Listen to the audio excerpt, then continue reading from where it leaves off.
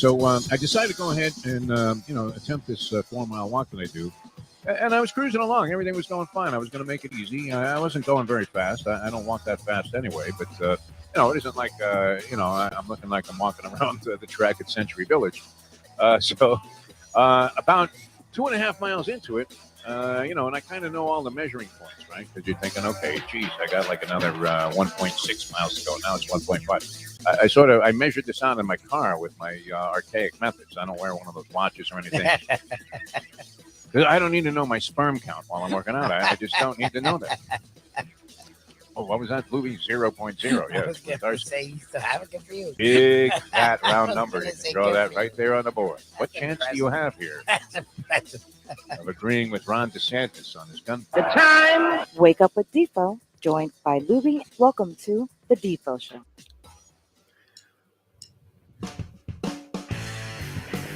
And a very pleasant good morning, everybody. Great to be with you on this fine Wednesday. We hit midweek here on the Defo Show. Jeff DeForest, Mike Lubie, South Florida Live, where you find us now. I'm glad you guys are catching on. Nice to see some of the people interacting on social media, sharing our post, and alluding to the idea that we have a new location where you can find the show. So hopefully things will pick up and we'll continue to gather momentum. And eventually find some sucker that wants to buy the thing for a lot of money and move to Las Vegas. That'll be that. Take care of everything in one move, right? Take care of all needs to be a degenerate and all of the things that you have to have in place to just have a great time there. I guess it doesn't matter anymore because you can do everything from your phone. Yes. Even my son was telling me, we're planning a little trip, a little family outing there, Jesse and I, and the ladies in our lives are going to go to New Orleans in a couple of weeks, I guess a week from Friday for the weekend. And, I was talking about how I love going to New Orleans. I mean, the food is great, just walking around. People watching is fantastic. I'm not sure that the musical scene there is everything that meets my expectations. You'll find that surprising that I would say that, Lubie. Because if you're talking about like a music festival, they're dynamite, right?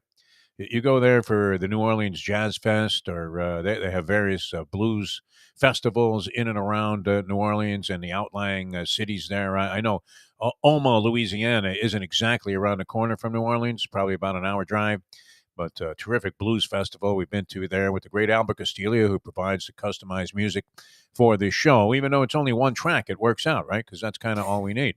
All the music will be played as him, actually. But by the way, via another friend of ours who's been on the show and actually came the time we did the show at the Bamboo Beach Tiki Bar when I was staying there. And I remember I invited this guy. He goes by Frank Bang. Yeah, his name is Frank Blinkal. And he was a rhythm guitarist for Buddy Guy's band for many, many years and an accomplished musician in his own right. And, wow, he lit it up that day, did he not? Remember the guy that was infusing some singing and a very knowledgeable sports guy. So when I put the post up about the new channel, he said, and this is exactly what you were saying, Lubie, why don't we have a show where we have musicians interviewing musicians?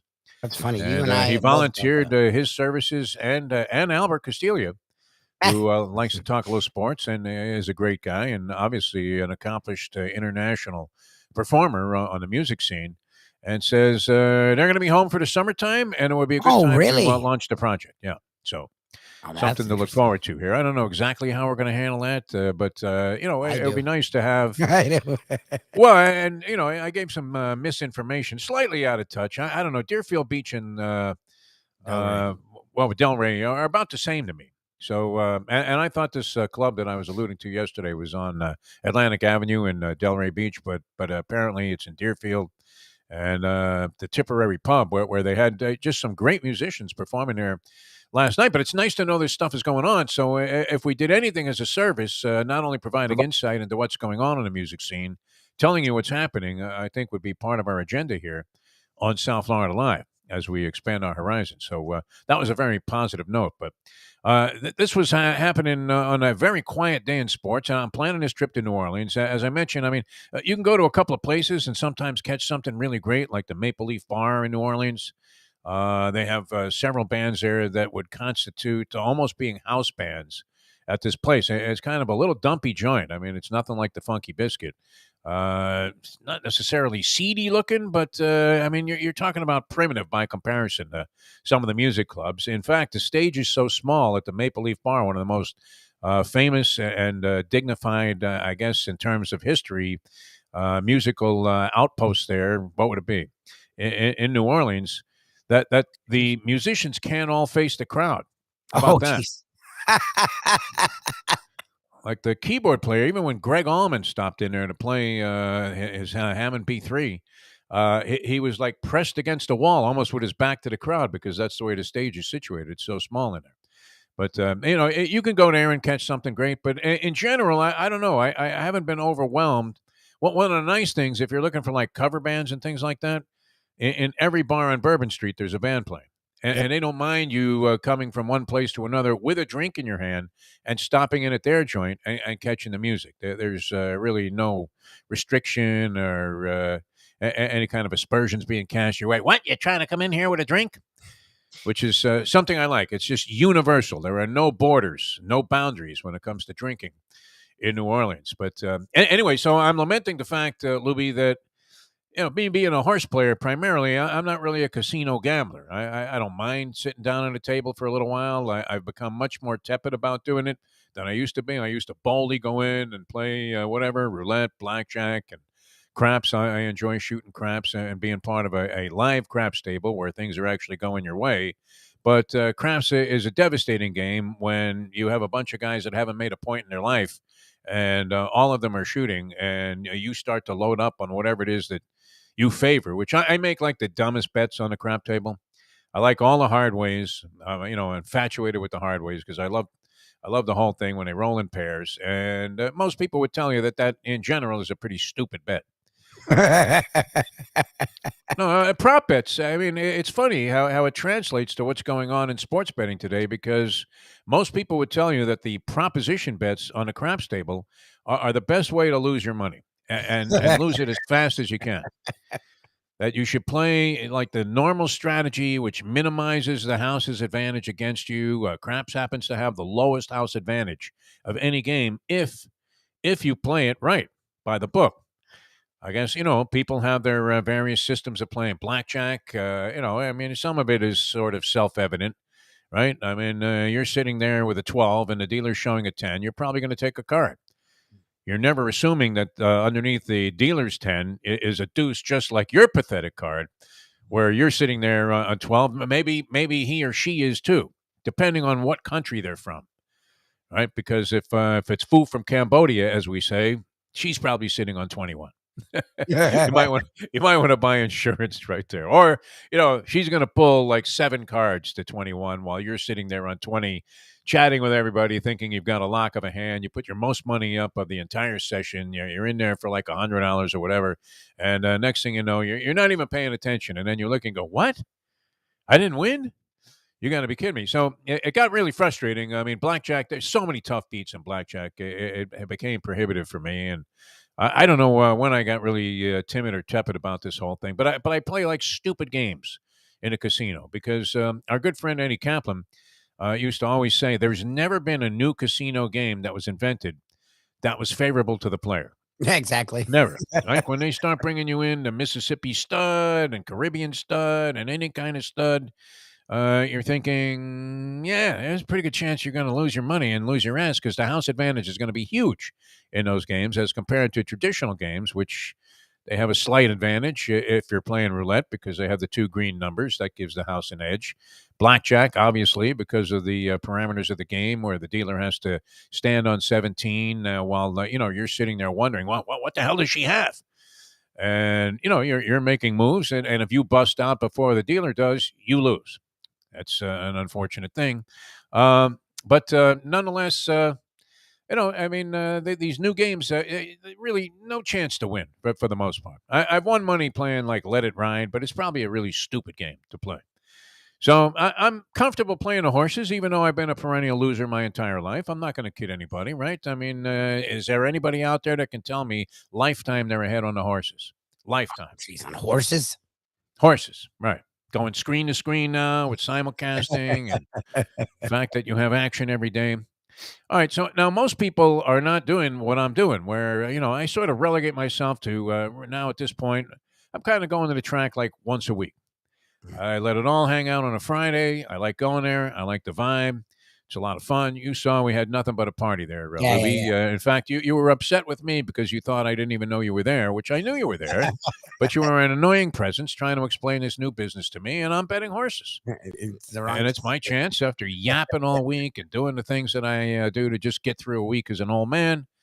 It's my relaxation. I just want to enjoy myself there and immerse myself in the whole concept of, trying to find new ways to self-sabotage my entire life, which, and we had nothing but fun. Win, lose, or draw, I always have a good time. And I try to relegate, and delegate my money so that, it's not going to kill me if I lose. There are days I'm a little less happy than others, but, where maybe you exceeded your limits and said, I was going to go out there, bring a deuce. I ended up losing 400. And then you're like, what am I doing? I could have bought well, you can't buy a refrigerator for that anymore. So that whole illusion is out the window because they're now like $2-3 grand.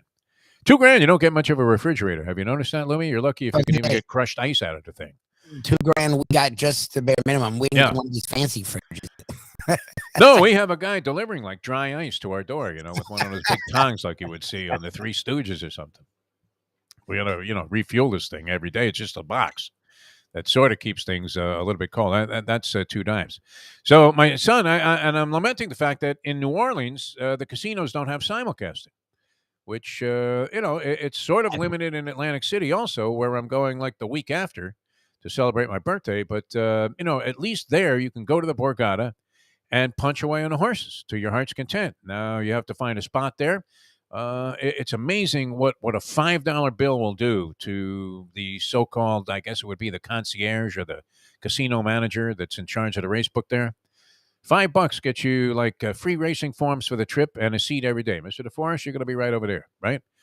And the seat is always, potentially or supposedly taken because they have a name on the seat, Mr. Big. And then the guy will just tell you, you are Mr. Big. For $5. For $5. That's amazing, right? You'd think a 20 would be like appropriate or something like that. To even get you started in a conversation about getting a seat when the place is jammed. And if you don't have a seat in that particular race book, it really is kind of negative, right? You're standing there with your racing form, moving back and forth. People are bumping into you. You can't put your stuff down. So, it's a big deal. In New Orleans, though, you have to actually go to the track. There used to be an OTB on Bourbon Street, a real dumpy place that reminded me of that place. Remember when I told you I had discovered what purgatory was?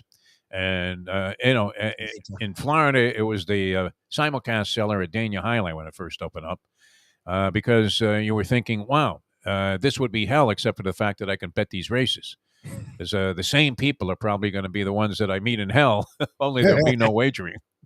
Wow, that'll be a tough go, right? I mean, and that goes into perpetuity, Lubie? The concept of heaven and hell? That's forever, forever, forever. I mean, so imagine you're sitting there and they have screens everywhere and you've got a bunch of losers and you can't make a bet. That would be a tough way to go. I mean, I'd rather burn in hell than have that happen. Gonna feel that, yeah. So now to move out to the fairgrounds, which isn't that far away from Bourbon Street and the whole French Quarter, but it's not exactly, as we say, around the corner once again. So, it's kind of prohibitive because then if the other people aren't into this, which Mustang certainly isn't into sitting there watching me bet simulcast, she wants to disappear and play slots. I have a few slot machines at the fairgrounds, but you're thinking the slot machines at the racetrack, as opposed to if you're losing in the casino, there's a pretty good chance you'll never win a dime playing the slot machines at the racetrack. True? Maybe not so much here, but certainly there, that concept seems to... I've never seen the Mustang win a dime in those slot machines when she's schlepped out there to the track with me. So you don't want to leave everybody while you go off and bet horses and then come back after getting clobbered and they say, how'd it go? And you say, well, I lost 400. And, then everybody looks at you like, well, what kind of a schmuck? You could have gone to Bourbon Street and we could have had a couple of drinks and you could have paid for everything with that. Right? So, and my son, actually, he's not even a horse player, whips out his phone, and he's got a TVG account. Oh, really? Really? Yeah. Wow. But I don't know. Is it the same thing? I mean, I guess it would work out. Mayo does this. He goes, a lot of people do. They only make their bets on their phone. They even watch the races on their phone, which is what you would have to do. But I don't know. I don't know if I can see myself sitting in a casino at a bar, and instead of playing video poker or while I'm playing video poker, betting the horses as well. I guess that could be heaven on earth. That is the solution. But it frightens me to even think about the concept of opening up an account like that, where they either have, where I would have access to refuel this account with my bank account or credit card. There's a danger, an inherent danger in that I really don't want to put in front of myself at this stage of my life, because I'm not exactly, under a great deal of self-restraint or control when it comes to managing my money in gambling situations. What do you think, Lubie? Is that like a practical? Why am I thinking practically at this point in my life? I hope you keep thinking practically for now. But that would be the solution to it. That's definitely the solution. That's definitely the solution. That's also would be my fear, is just like the in-game betting like that. And you talk about this, and the Greek talk about it. If you're a gambler, it's one of the scariest things, is you're not keeping track. When you put a bet on a game, you know what you did. Once you start futzing with an app during a game, I don't know if you're tracking any of it. Yeah, all of a sudden, you were going to lose the money on the game anyway. You had the wrong side. You had the Celtics the other night, but you go ahead and even though you're losing by 11, you go ahead and you bet the Celtics, again in the second half or whatever. Which I guess in that case, no, you would have lost again, right? Because they ended up losing. They did win the second half, so you would have won that bet. So maybe you can cover your ass, but in most cases, and getting back to craps, I mean, one of the strangest bets I've ever seen comes from our good buddy, Marty the Party Sachs, who likes playing craps. He sends it in. I mean, this guy must have some guilt from his previous life or something, but I've seen him in action when he was in Las Vegas with us for my 70th last year. I mean, he doesn't buy in like I do, timidly, with like $100 or $200, which everybody looks at you funny, like, what are you going to do with that, Jack? What, are you going to play a couple of hard eights and get out of here? All right, why don't we just take your money right now? Here, I'll give you 50 back to go away, kid, out of the 100. But his move is to not only parlaying the hard ways. Picture this, right? It's hard enough. I mean, you're getting on a hard eight on the craps table, you're getting 9-1, Lubie. Okay. And there are many ways. And if somebody rolls like a regular eight and not a pair of fours, you lose your money on the prop bet. All right. So you're going to lose if the guy rolls a 7.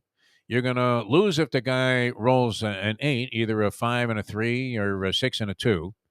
And there's just a zillion ways to lose.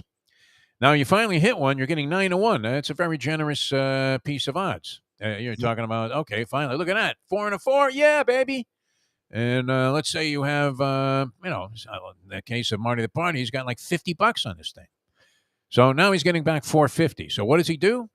He parlays it, leaves the $450 on there, trying to make a giant score. And if it comes back with another hard 8 before somebody either rolls a regular 8 or craps out with a 7, I mean, think about that. Now you got 3,600 plus 450.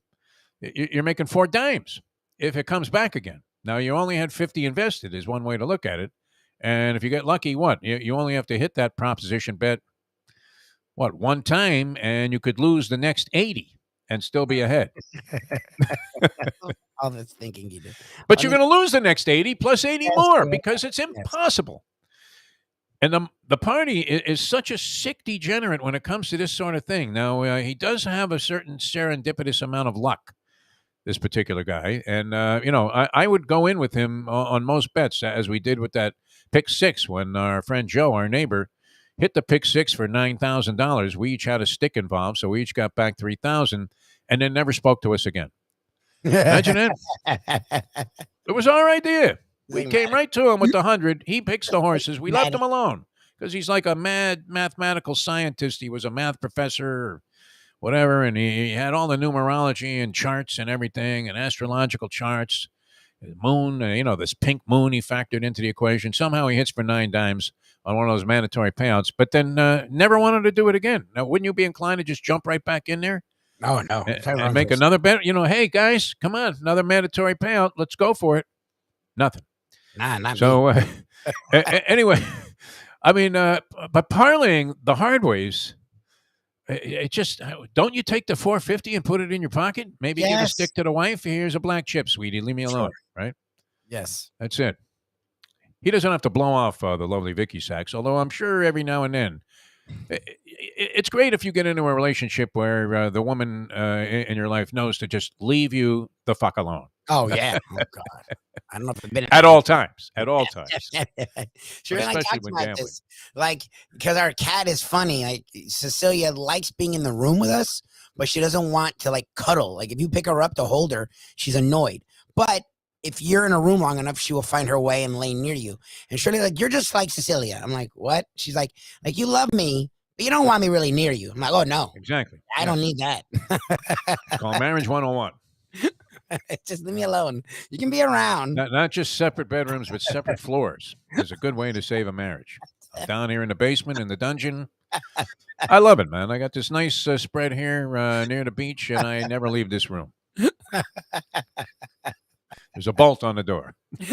I do my work here. I sleep here. I do my various calculations and formulating opinions about what's going on in the world of degeneracy. And I have questions for you guys too, because I have it right here, Lubie. You see this thing? I have the sheet for the U.S. Open. All right, this is the golf pool. Now I'm leaving Conjemi out of it because he defected. I don't know, where is he? I don't know. Plus, I'm tired of losing the extra 50. Okay, I think I'm going to put 2 entries in for myself on this one. Good luck. All right, so I have some hard choices to make already. Okay. Now, and the deal on this, this is a fascinating way to bet a golf tournament. And if you can just, as we've said many times, if you can sort of be in the mix after 2 days, that's a goal. it really gets interesting. I mean, you'll never watch golf with such a compelling interest as you would if you were involved in one of these pools.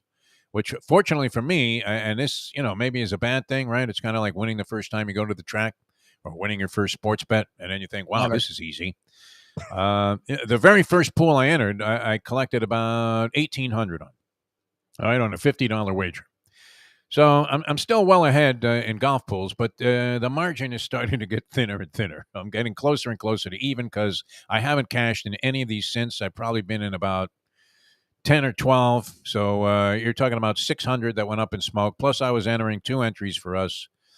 I'm getting closer and closer to being, either even or leaning towards the red a little bit.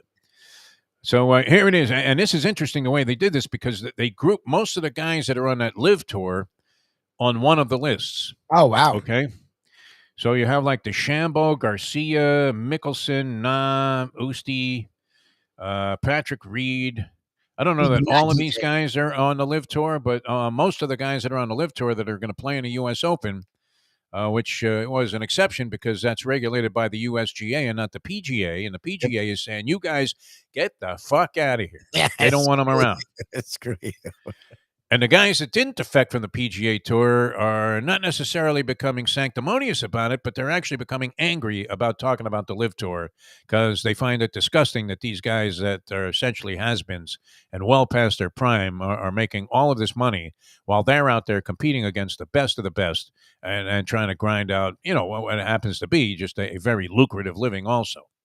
Right. And there are a lot of guys on the PGA Tour. I don't know about a lot of guys, but there are some guys on the PGA Tour that, because they have established names, probably don't have to win to still make a substantial amount of money because they're getting it off sponsorship, which is essentially like getting appearance fee money from the LIV Tour, although not in the denominations of 200 million, like a has-been shot fighter like Phil is getting. All right, so here, and I like this guy, Cameron Smith, and then you should never, this is another piece of advice for degenerates out there.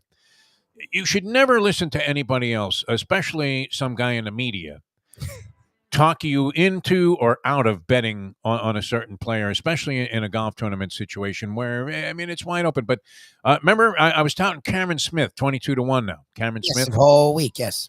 Australian guy, and I'm going to have to stick with him. But it turns out that his flaw in his game is he's a little wayward off the tee, if you will, Lubie. Wayward off the tee. Oh, look at you researching. No, I didn't research this. This is just something. I was reading the guy's selections this morning, And there were a couple of guys handicapping for CBS Sportsline, usually dead wrong. But I mean, it doesn't take a genius to give you Justin Thomas or Rory McIlroy. I mean, Yeah. those are logical contenders that always seem to be in the mix. They just ran 1-3 in the Canadian Open. Thomas has been great pretty much all season, and McIlroy has really sort of relocated his game after a couple of years where you were wondering what the hell happened to this guy. He used to be great. Now every Sunday he has a collapse, of monumental proportions. Like he was the Chicago Cubs in that, what was that, 1968 pennant race, 69, when they were leading by 10 games and they ended up losing, with 11 games to go, and DeRocher was ready to blow his brains out. But anyway, this, guy says that Cameron Smith is sort of inaccurate off the tee, and that's going to come back and haunt him, even though he has been contentious in both of the slams that have taken place so far, the majors that have taken place. And every time I turn on the TV, this guy is like kind of swashbuckling around with that goofy look. Doesn't he look like he came out of being an extra in Deliverance? Oh, Cameron Smith, yes. He doesn't look Australian at all. It looks like he's from Mississippi. You're expecting them to whip out a banjo and tell you to squat down like a pig. But if you're inaccurate off the tee here, then you're in deep shit when it comes to the U.S. Open. They're like stressing out. And this is going to be what? No, I mean, the rough, you literally, you do need a machete to get out of the rough at the U.S. Open.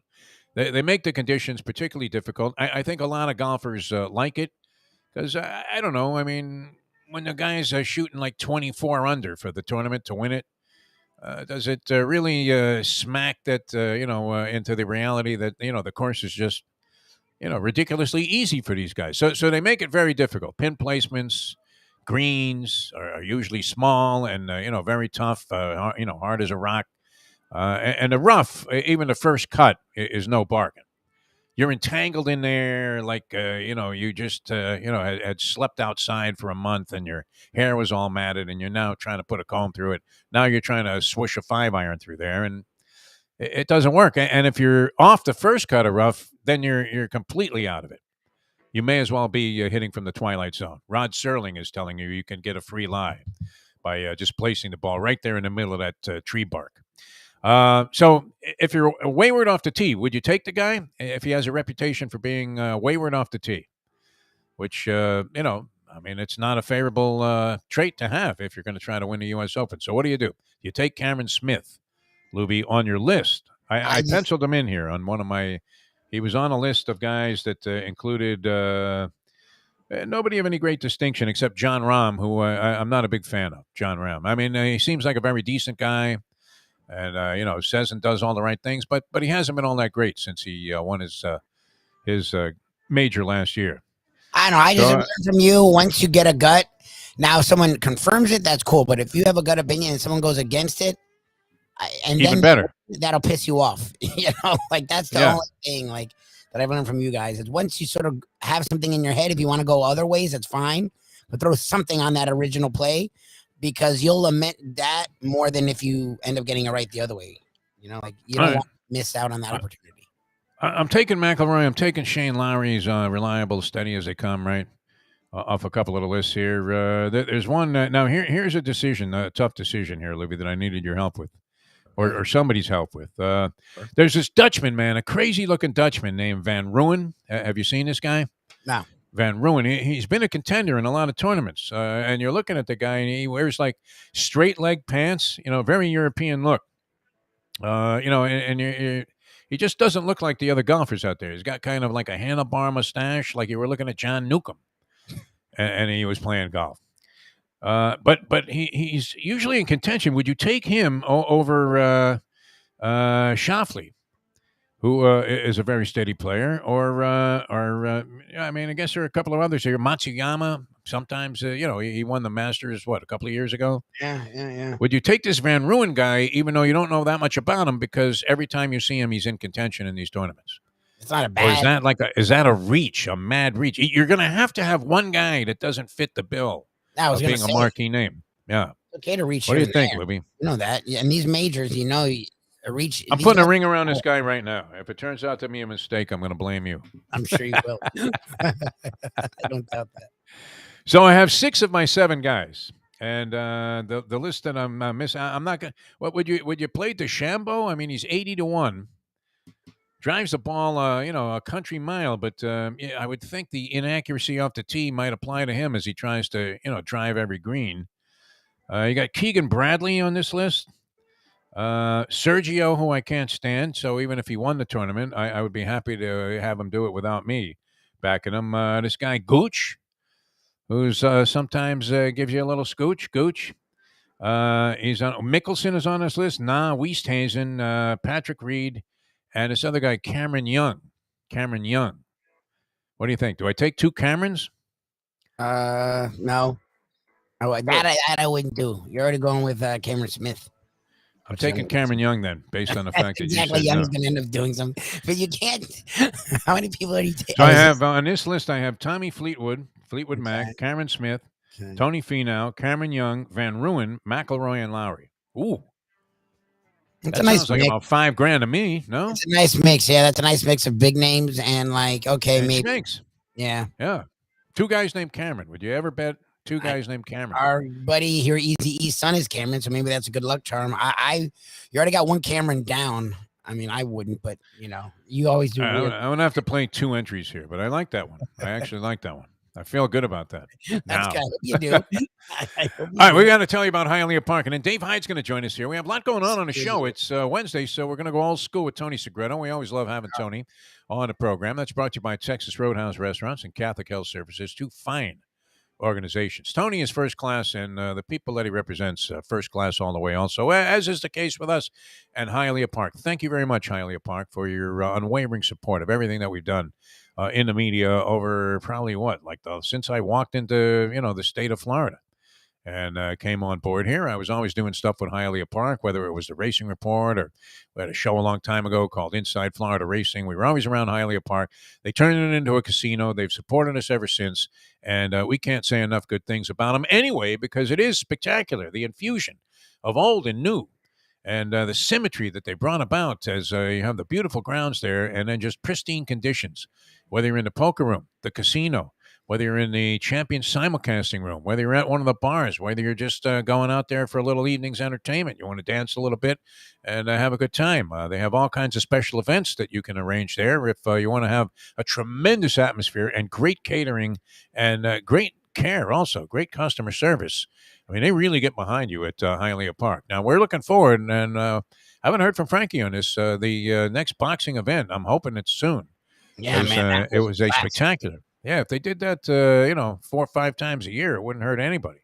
Because they could really turn that into something with the boxing and the atmosphere they have there. But always special events. Check the calendar, HialeahPark.com. You can see all the things that are coming up. Imagine there'll be a very, big special celebration for Father's Day on Sunday. And what could be better? You take your father or you get the family together for a great brunch and then boom. Some of the people go to the casino. Others, would partake. Would it be a great Father's Day for me to be in the champion simulcasting room all day? Of course. I It'd be presume. the ultimate day. I presume. Listen, don't bother me, son.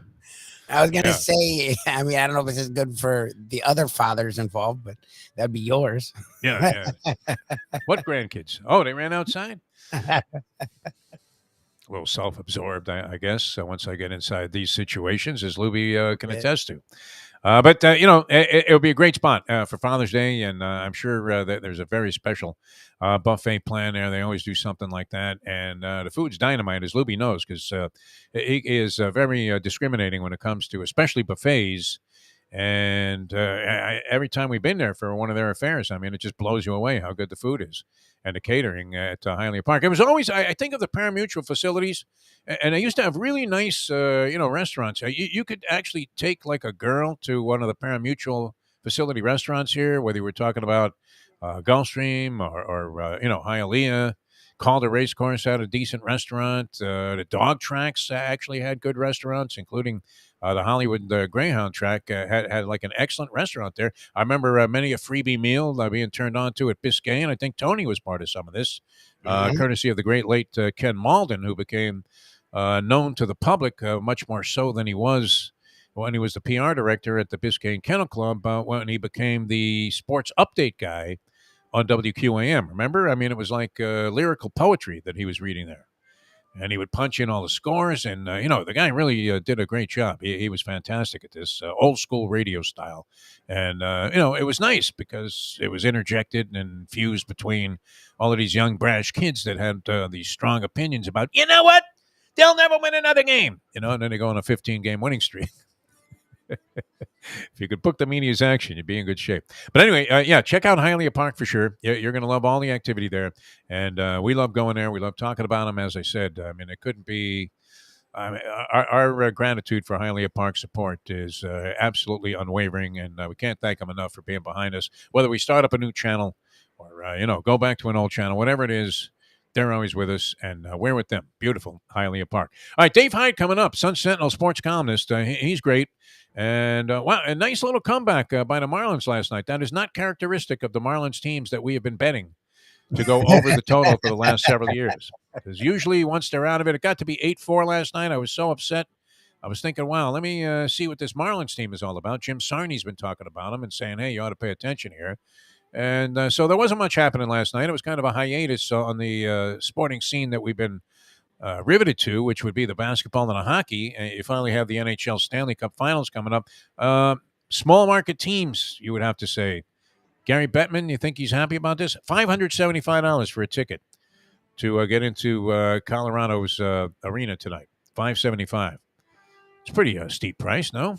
Would you pay that? I mean, they must be hockey crazed there in Denver. They haven't won the championship since 2001, Lubie. No Stanley Cups for the Colorado Avalanche, who were always fairly well-managed or seemed to be franchise. The last 2 decades have been sort of the last year to 2 years, they've turned it back around. They were great in the 90s, and then the 2000s, 2010s, they sort of hit a tough patch, and now they're back to the Yeah. I think the St. Louis Blues have more Stanley Cups during that period of time. And they go against the Lightning as somewhat heavy favorites to not only win the series, but to win tonight. You have to lay 160 to win 100 on the Avalanche tonight. And you are getting plus 135 if you take the Lightning. Can the Lightning go in there, steal a game, and you make 135 on every 100? That'd be nice. All right, a lot of things happening, and the basketball resumes on Thursday with the Celtics installed now as 3.5-point favorites in that game. And it would be of no surprise, actually, the way that series has gone, if, Golden State stole one and closed it out, or if the Celtics forced a Game 7. I could give you a case either way. What do you think, Lubie? I mean, we'll have a lot more time to talk about that, but I'm leaning Warriors, obviously. I said Warriors in 6, so I'm not going to change now. All right. You're right on top of it. They would have to win 3 in a row against a Celtic team that has shown incredible ability to bounce back after losses.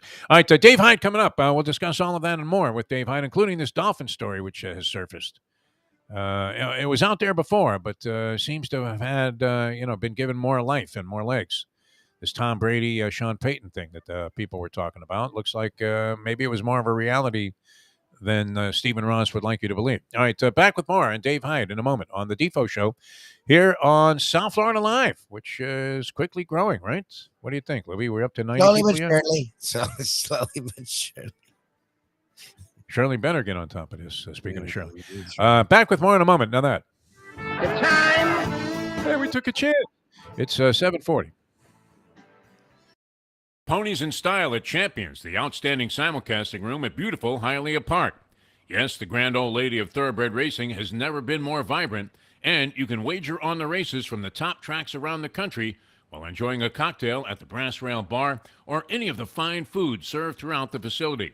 If poker is your game, you're covered in style, and you can play all your favorite Vegas-style games, including blackjack, craps, and roulette, in Hialeah Park's sizzling hot casino.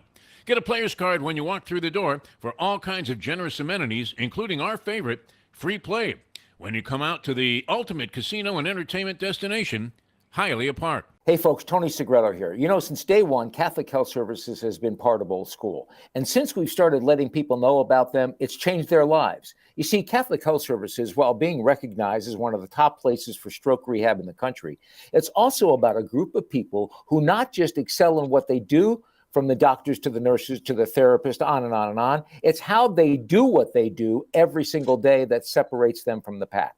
They do it with a passion, unmatched, and the inclusion of family in every step of the process. Trust me when I tell you this. If you want the best, unmatched rehab with a special group of skilled, caring people, there is truly only one place, and that one place is Catholic Health Services. These days, we're all looking for comfort anywhere we can find it. Thank goodness for Landlubbers Raw Bar and Grill in the Plantation location, because they are making sure you are as comfortable as possible. First of all, they're not only open for delivery and pickup. All you have to do is go to landlubbersbarandgrill.com for both pickup and free delivery. Their hours have changed a little bit. Monday through Thursday from 3:30 to 10, and Friday, Saturday, and Sunday from 11:30 to 10. You're going to have the best wings in the world. You're going to have a great burger. You're going to have their amazing soups. Again, Landlubbers, Raw Bar and Grill. It's nice and easy. Just go to landlubbersbarandgrill.com for both your pickup and free delivery. Thank goodness for Landlubbers for making you always feel right at home. You know, people don't like being lied to. That's always the thing. With Pete Rose, if he had just said, of course I bet the Reds. What are you talking about? I had money on every game. We know you did, Pete. It's all right. I mean, now it'd be accepted. In fact, they would have, it's only a matter of time before the manager of the two teams is asked who he likes in the game. All right, we're going down on the field there. We got Tony La Russa. Tony, what do you think tonight? White Sox minus 135? Well, you know, we're going to go to the pen right away, and I'm going to make like 7 righty-lefty switches at inappropriate times, and I'm going to wear out my bullpen. In fact, all of these guys worked in the game last night, so I would think this. I would take the points, take the runs, and take the price on the Boston Red Sox tonight to beat us. I would not lay 135 to win 100 on the Chicago White Sox. Okay, thanks, Tony. Let's go to Alex Cora. Cora, what do you got? Well, you know, we got all our heavy hitters at the beginning of the lineup tonight, and they really pound this White Sox pitcher the last time he was out there. So I would think that we're a good bet, money line, straight up. When's that going to happen? I mean, that's going to be part of the pregame shows now. Enjoy your trip to work with lots of laughs thanks to Defo and Lubie. Now on the Defo Show. Pete Rose was definitely onto something when he was making those wagers out of the dugout when he was managing in the bigs. All right, welcome back to the show, the Defo Show here on South Florida Live. Jeff DeForest, Michael Lubie. It's always a pleasure to welcome this gentleman to the program, the foremost authority when it comes to South Florida sports now, and has been doing it for a long, long time at the Sun Sentinel, and always love his insight into the various things that are happening, not just here locally, but around the globe. So we welcome to the program the outstanding sports columnist, Mr. Dave Hyde. Dave, how are you, my friend? I'm well, Defo. How you doing? I'm doing all right. I really am. You know, I think that day is coming, though, don't you, from that clip that we played? I don't know if you had a chance to catch that, but yeah, where they actually go to the managers or the coaches before the game and ask them who they would bet on, as opposed to, what do you think? Are you going to give, so-and-so more minutes? They'll be saying, would you lay 160 on your team tonight, coach? And they'll actually be obligated to answer because they're wearing like a FanDuel patch or DraftKings on their shirt pocket. That will be we might as well go to the owner and ask him, are we, is it an open game tonight or is the fix in? What do you think? Yeah. And, well, yeah, Stephen Ross would apply there. Well, according to allegations, that will be proven or not proven in court, right? But, yeah, I think we're headed into a big area of gambling in sports, obviously, and you look at what the Broncos went for $4.5 billion record franchise. That's starting to be reflected in the price of the teams. That's true. I mean, look, you can't make a bad investment. It doesn't seem like if you're buying a sports franchise, with rare exception. But wow, I mean, when I saw that figure, it's unbelievable because we know that Ross, not that many years ago, paid what seemed like an exorbitant figure for the Miami Dolphins, and now they have to be worth 5 times that in terms of billions. So, these guys that are in that position in sports, no matter how badly mismanaged the team is or how poorly they perform on the field, always seem to cop massive benefits from their ownership. All right, speaking of ownership, what is and what isn't true about the Miami Dolphins, Dave Hyde? We don't know what to believe, right? Did they go after Brady? Was Brady on the boat there when they had Brian Flores bringing him a cocktail, saying, "Hey, how'd you like to own a piece of the team and be our quarterback?" And was Sean Payton really offered like $100 million to coach a team for 2 years? What was going on with that, and how important is it to know? The boat was moving towards Davy. Let's put it that way. I mean, things haven't been signed, obviously, or final agreements, but they were talking to bringing on Brady, bringing on Peyton, and the discussed figure or what was 5 years, $100 million for Peyton, and assistants were all lined up talking about moving here.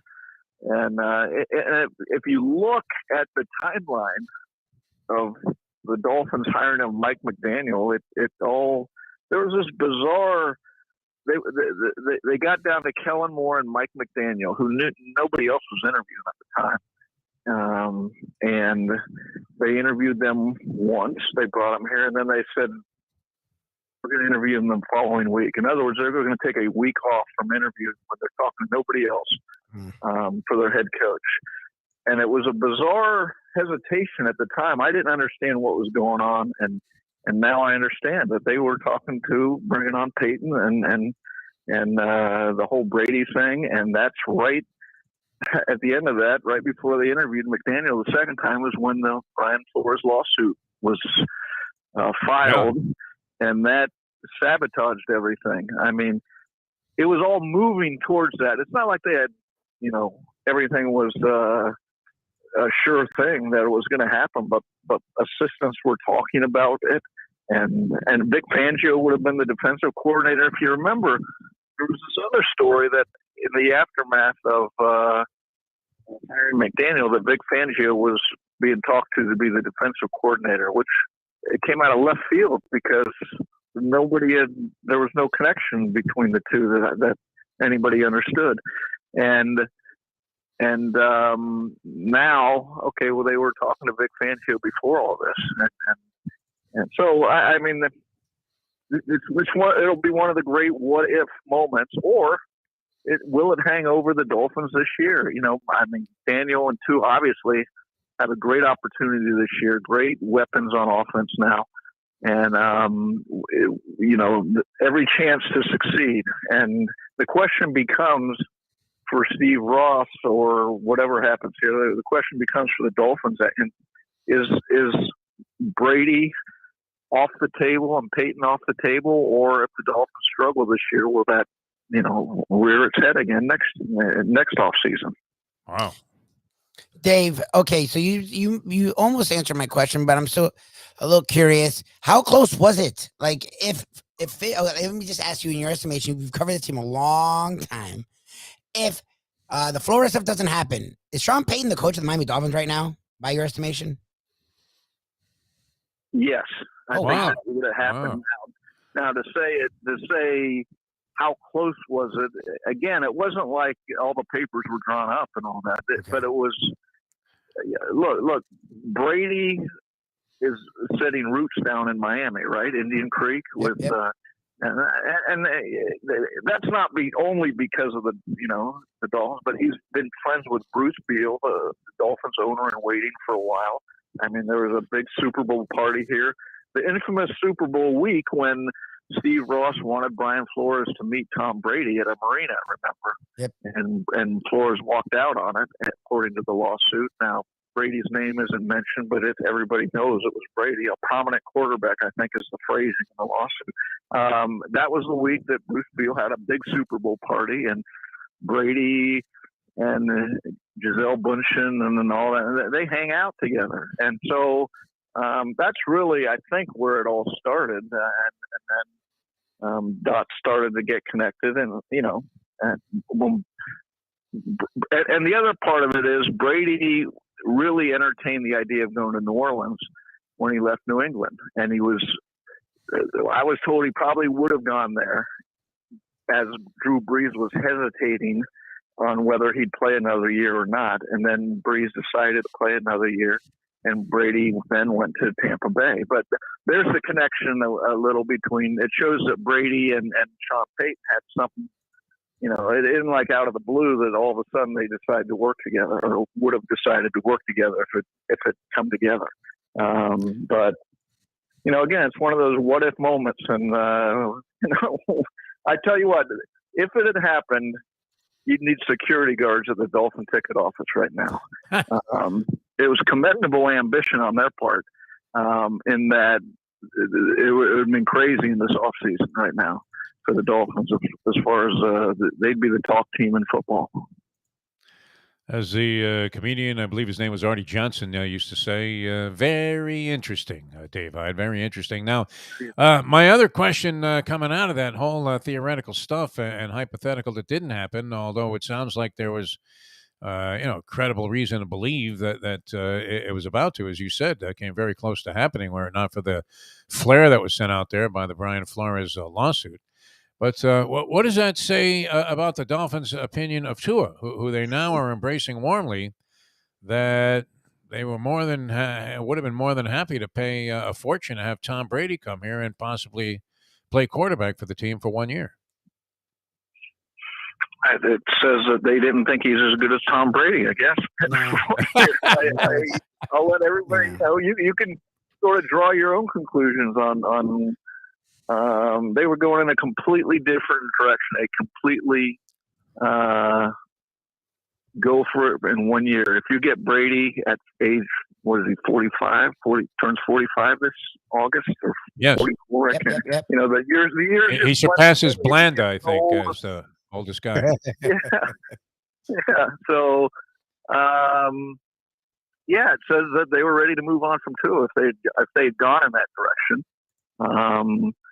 And again, what a bizarre subplot to the euphoria over McDaniel and Tua, and everybody's happy, and this is the greatest offseason they ever had. Okay, yeah, maybe.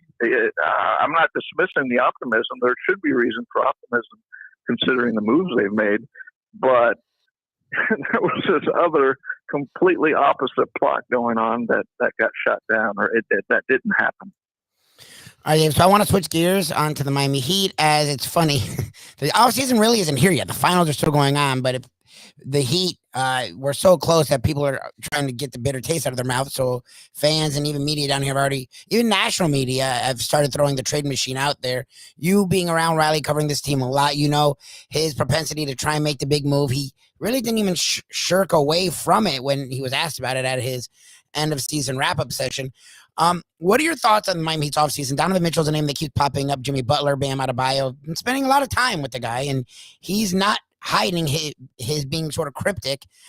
Do you see them making that big move? And if so, who do you think is sort of in that deal that they give up on?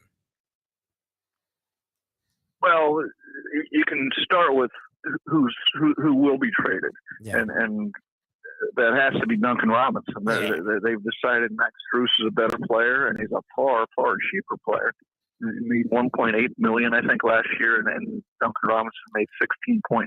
And look, teams want Duncan Robinson. He does exactly what is at a premium in the league right now in 3-point shooting. So so start there. Then you got their 27th pick overall. That's another chip. The question becomes who's available. Donovan Mitchell, is he available? You go around the league and there's a few players who might pop open like him. And do they put Tyler Hero in that? How would a deal be structured, and would Riley sign off on? He's not afraid, as we know, of making deals he thinks that will put the Heat in a championship conversation. And for everybody who says, that he likes Tyler Hero too much, they do love Tyler Hero, but they love Lamar Odom, they love Caron Butler, and they traded him when Shaq became available. So I have no idea whether he's going to make a move or not. I just, because I don't know, what the other team out there I hear the names being mentioned: Bradley Beal, Donovan Mitchell. Are they really available, and what does Riley think of them? I have no doubt he would make a trade if he, no matter who on the roster. But I just don't know. And you know what? They probably need to upgrade too. As good as this season was, as close as they were, 1 3-point shot from going to the NBA Finals. If you're talking championship, you can't sit still. And you think Milwaukee is sitting there thinking, boy, if we just had our healthy all-star in the lineup, we would have beat Boston in Game 7, and we'd be in the NBA Finals. So there's a lot of teams who like the Heat are saying we're right there. Or not a lot. There's a few. And so the Heat aren't going to sit still. The question becomes how much they move, and is there a big name out there? Dave Hyde of the Sun Sentinel with us here on the Defo Show on South Florida Live. Jeff DeForest, Mike Lubie Lubitz. Have you had a chance to talk to your cohort there at the Sun Sentinel, who's been covering the Heat since the team's inception, Ira Winderman, and get any kind of a feel for how it was to be singled out by Pat Riley to be challenged to a push-up contest at a major press conference where the world is watching?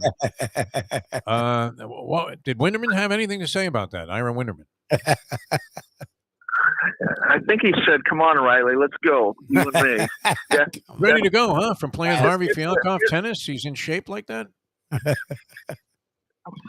I would have loved it. It would have been a magical moment to have a push-off.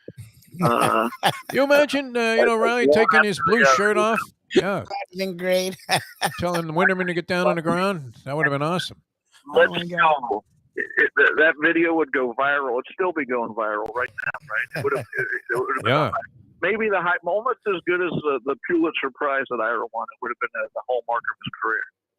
I give Riley, credit for buying into the Heat culture, though. It wasn't like he was going to take an easy mark like Barry Jackson and challenge him to a push-up contest. And he went for Winderman, who, keeps himself in pretty good shape, Ira. He didn't look around the room and say, "Where's Defo?" Exactly. Where's Defo? Well, I would have been in the age bracket there for sure. All right, a quick thought on the Miami Marlins. They've got a little spurt going. They're 4 games under 500. Seems insignificant because the Mets are having a great season so far. The Braves have won 15 in a row, and the so-called cream is rising to the top. The Mets are doing this so far with Scherzer being shut down the last couple of weeks and DeGrom not having pitched yet, both supposedly getting set to come back. The Braves, we know, defending champion, always going to be tough in these spots. Where does that leave the Marlins? And I guess the bigger question is, will this be Don Mattingly's last year as the manager of the Marlins, regardless of whether they eclipse 500 or not? I hope it's not his last year. He brings a measure of great professionalism to the team. Yeah, they're not going to get it's not his fault or that where they are. I credit him from the day he's come in the door. The organization's been a lot more professional and things have been run much better. And as opposed to Ozzie Guillen, right? Who was here for a couple of days. Who I happen to like, but I actually enjoyed him. He opened up a big mouth. Yeah, it didn't quite work out. That the Aussie era didn't quite work out. Yeah, but no, look, we know the uphill struggle for the Marlins. Their payroll $70 million. Those other teams in the NL East are double to triple, depending on which team you're talking. And so, what they need to do is get hot right now. Stay hot. Get close to the wild card and go to the owner and say, if we get another legitimate bat, we have a chance to make a run for a playoff spot. That was the plan all year. That to stay close, hang tight, and they struggled and have struggled, and they got, like you said, in the last week since that infamous team meeting, they've got hot. But they need some help if they're going to maintain. I mean, poor Sandy Alcantara. Every game dynamite, huh? Oh my God! Giving it 1 or 2 runs and pounding water bottles on the bench afterwards because it's not holding. So I mean, they need some help. More bats, more runs. Did he pick that up from Rafael Nadal, who lines up the water bottles in a particular way? I noticed that the other night. I wasn't sure if that was something he did all the time. But the guy's pitching to like a 1.68 earned run average. He's going 7 minimum in every game, even completing games. And I believe he's 6-2 now. And, obviously he was in a position to win that game the other night against Philadelphia before unfortunately, Mattingly had to go to the bullpen. And how disgusting is that? That was so typical Marlins the last few years where – you bring in a left-hander, and what does he do? He goes ahead and automatically, like before you even have a chance to sit down with a drink, he's already given up the tying run and put yourself and your team in a compromising position. Dave, always a pleasure, my friend. Good stuff there on that Dolphin thing, because we just kind of touched on that story yesterday, but you really illuminated it very well as to what was going on. We really appreciate that. Thanks so much for being with us. It's always a pleasure, my friend. The book. What about the book? Oh, the book. Well, we have a few book. Jimmy, what's going on with that? Oh, we lost him. We lost him. You said goodbye and he ran. Probably dying to get off the phone. I talked with him about how many more stupid questions you got there, Defo? And we'll have him. The book doesn't come out till November, so okay. Jimmy Johnson have a lot more time. Swagger. It's called Swagger. Swagger. It's not out yet, so. Jimmy's a good storyteller, man. If he doesn't hold back, which he's not inclined to do, with Dave Hyde writing the book, I think you have, you're talking about a collaboration there that is right up there with, Elton John and Bernie Taupin, right? Yes. Was it Bernie Taupin? Yeah, I think so. Or was he a wide receiver with the Twins, with the Vikings? Yeah. All right, we're coming back. Tony Segreto, old school with Tony. We'll see what he thinks about all of this. A lot of stuff happening around the sporting world of a variety of different brands of interest, including this LIV Golf Tour thing that is really, a dark cloud hovering over this U.S. Open. Are you not rooting for the guys that stuck with the PGA Tour to bury these LIV Tour defectors? 100%. I just money feel like sucking, unconscionable, traitors to the American people. I just feel like one of them is going to make a move just because that's like the movie kind of script thing. Like one of them, the heel's going to come back and you have to have a little ebb and flow. So one of them, like a Johnson's going to go, screw you, and play the freaking. Oh, you think he's going to play lights out golf there? Yeah, I really struggled to come up with somebody on that list. Yeah, of defectors. It's interesting. However, the guy that runs this pool is very sharp. Right, he makes some very, very difficult choices. What do you think about your man Brooks Koepka? He's been sort of gone away. Yeah, he doesn't do anything anymore. I don't know what the hell's happened to him. Maybe he's happy. Remember how focused this guy was? What happened to him? Hey, well, he was at the finals. He was at the Eastern Conference because he's a South Florida guy, Palm Beach. So he was at the Heat, like every game that was in Miami. So partying with Tyler Hero. Is that what you think? All right, all right. We're coming back with Tony in just a moment. Brought to you by Catholic Health Services and Texas Roadhouse Restaurants. That's straight ahead here, and we'll be right back with Tony Segreto in a moment. Now that. The time. It's 8:04.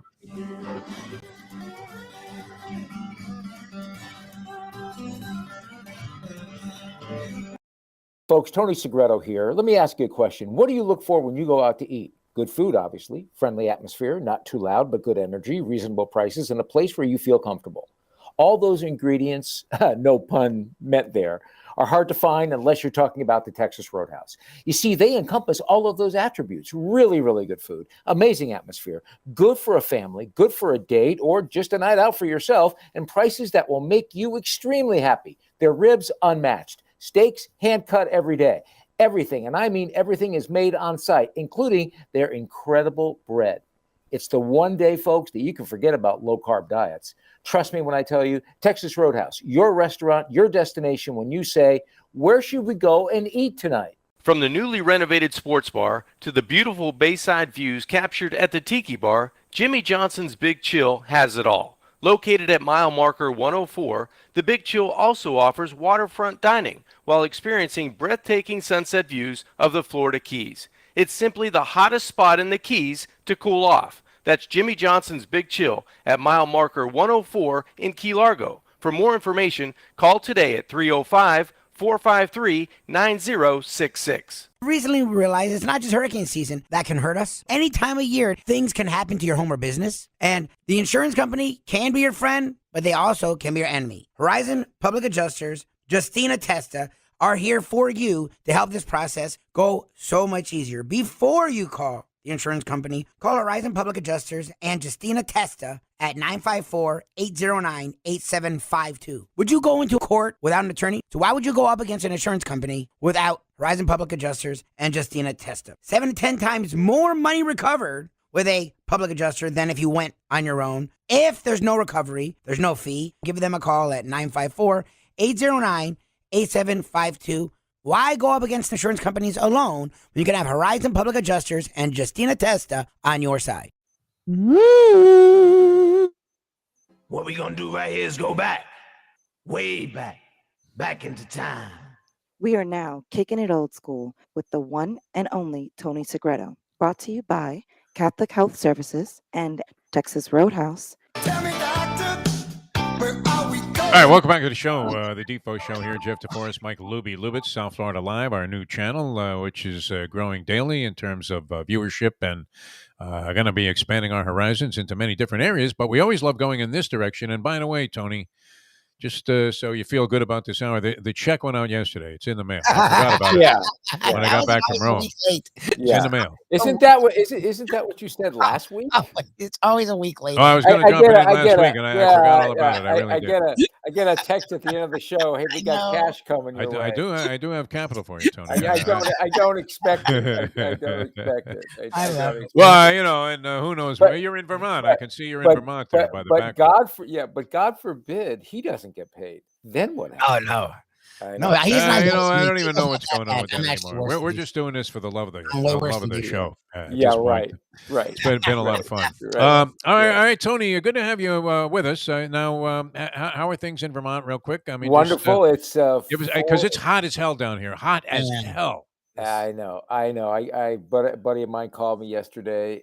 When I woke up this morning, it was 49 degrees. The high today will be 75, and then tomorrow is actually going to be 80, and Friday is going to be 80, and then on Saturday and Sunday the high will be like in the 60s. So it's summer here. Oh, when it's clear there in like 75 degrees in the summertime, I mean, and you got a little puffy white cloud here and there, and you're eating some Ben and Jerry's out of a sugar, a waffle cone, and you're thinking, life is good, milking some cows, chopping some wood for the fire that night.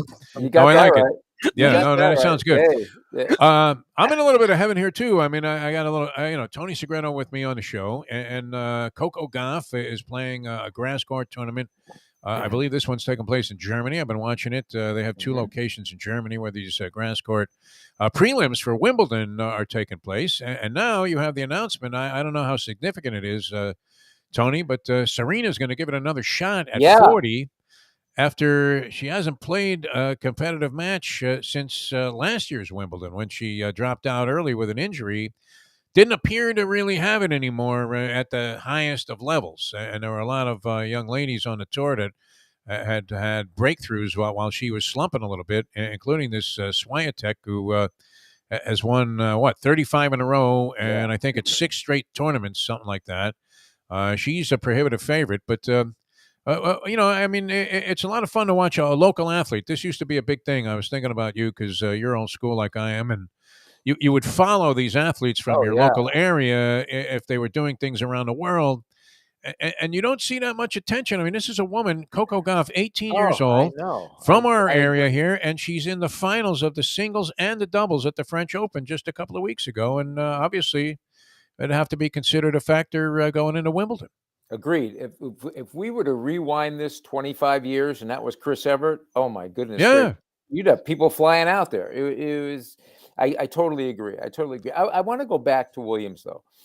I was wrong about Tiger when Tiger said he was going to try to remember that. What was the tournament? Was it the PGA 2 weeks ago? The Masters 2 weeks ago. Yeah, 3 weeks ago, right?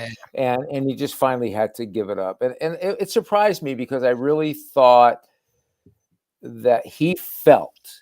I didn't think he was going to win it. It would be, what a great story. But I felt that he felt.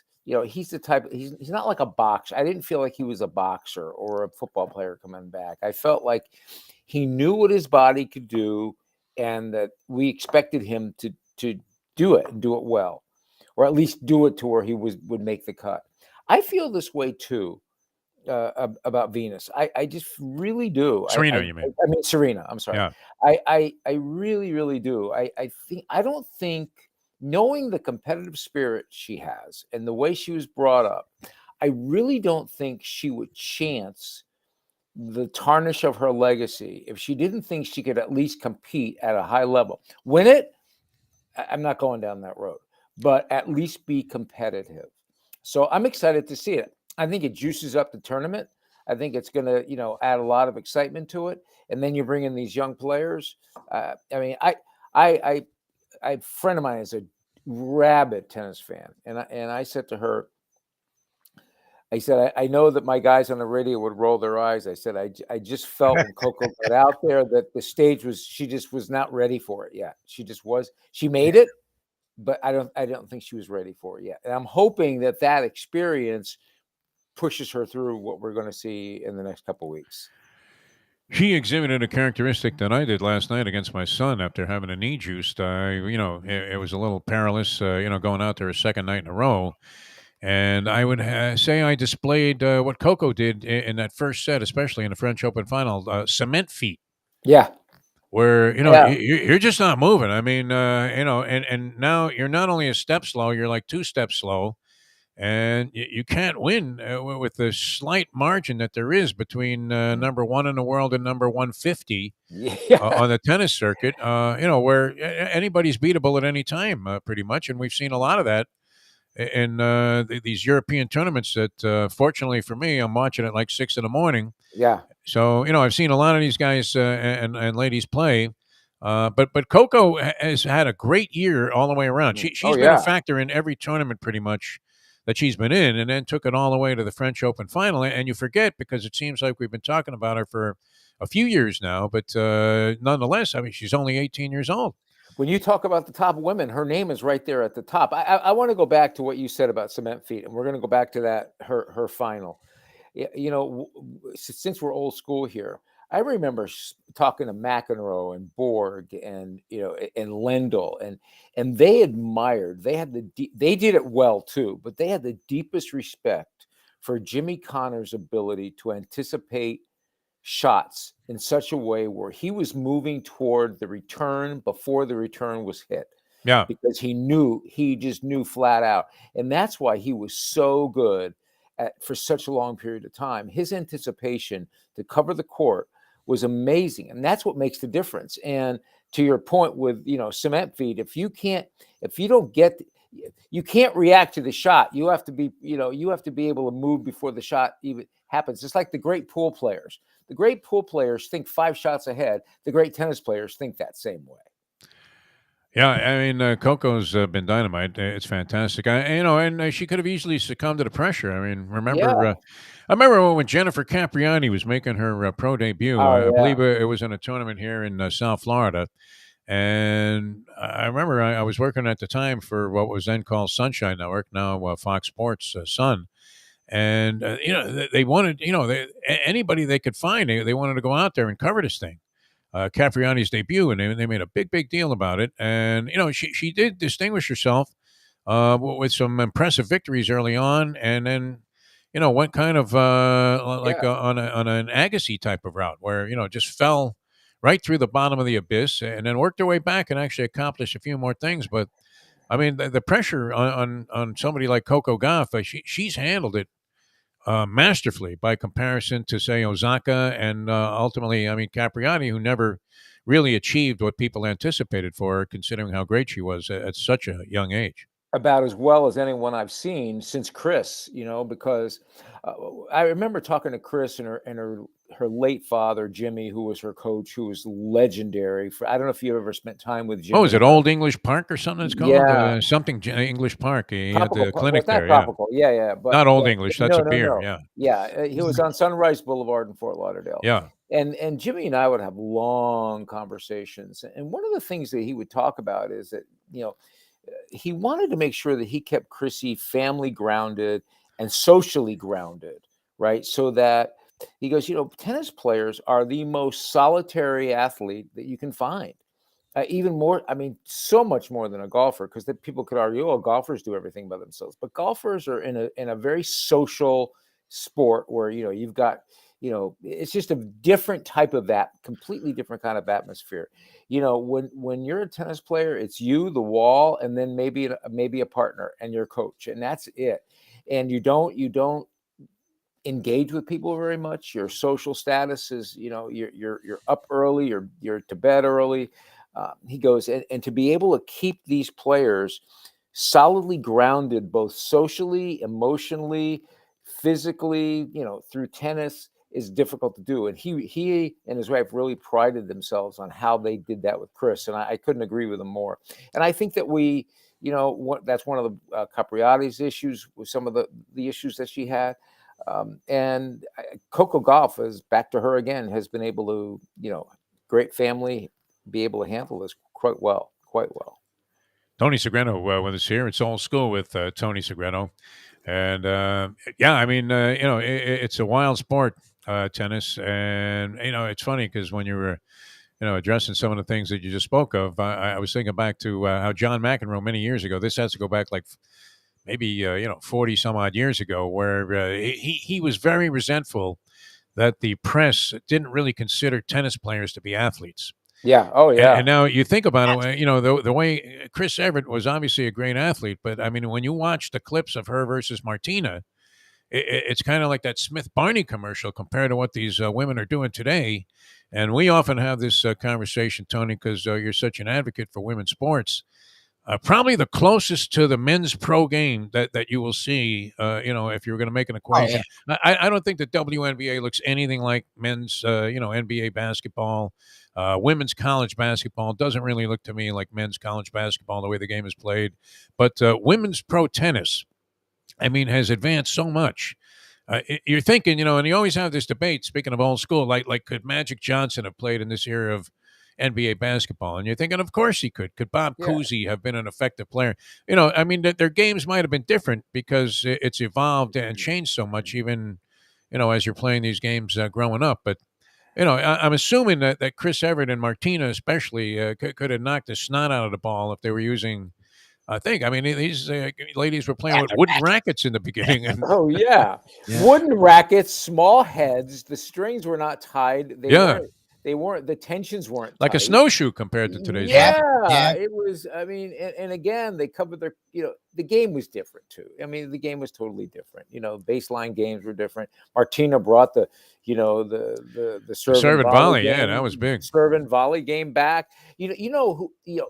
Billie Jean and Margaret Court, I mean, we're talking ancient school. This isn't even old school anymore. But when you think of Billie Jean and Margaret Court, they really had that serve volley game going, but not to the extent of what Martina did. When Martina brought it, she was on the attack. Yeah. Oh my! She was on the attack, and her strength was overwhelming. And it took plus a lefty, man. That's always everything was an oddball thing to face. It is. Everything was coming from a different side, which is a great point. I remember Chris saying it took a minute to kind of just get her eyes focused properly. Right. I mean, just to kind of figure out where it was coming from and how the angles changed. So I agree to you to a point. I love the women's basketball game. I think, and I remember Ray Floyd once telling me, he goes, if you really want to learn how to play golf, follow the women. The women's game is great for people to learn how to play. Their mechanics are so good. And it goes, men, what happens sometimes with men, their mechanics are good too, but they're so fast and so strong that sometimes you can't see them enough and you can't emulate them. He says, and he wasn't being sexist about it. He was saying, this is the way you need to do it, because this is really the way to show you how to do it. To a point, I agree with you in some instances, but like, for example, while softball and baseball are totally different games, the speed of a women's softball game compared to the speed of a college baseball game or Major League Baseball game, not even close. It's not even in the same league. We've seen advances there.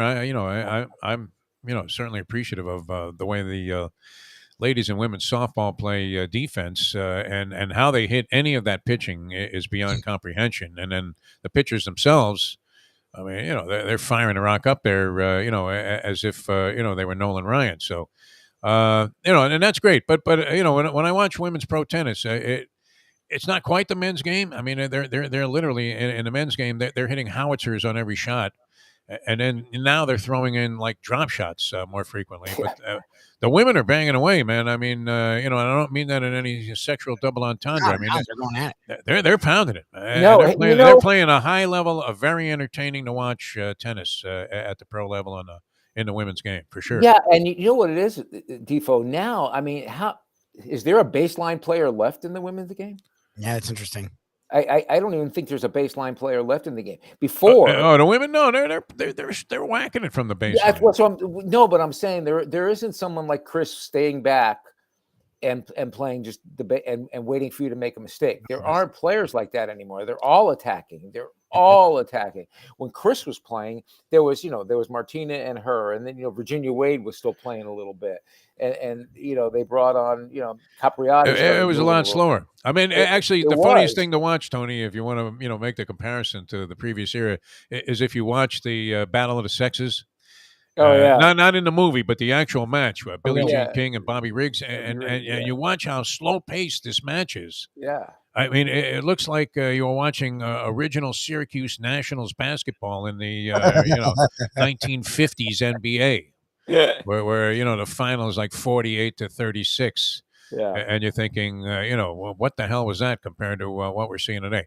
Tony Segreto, going old school. I mean, one thing that's old school and it's also new school is Texas Roadhouse restaurants. And well, you got that right. Ed Garcia, our good friend Ed Garcia, regional manager for all of the Texas Roadhouse restaurants on the Eastern Seaboard. I mean, this guy's big.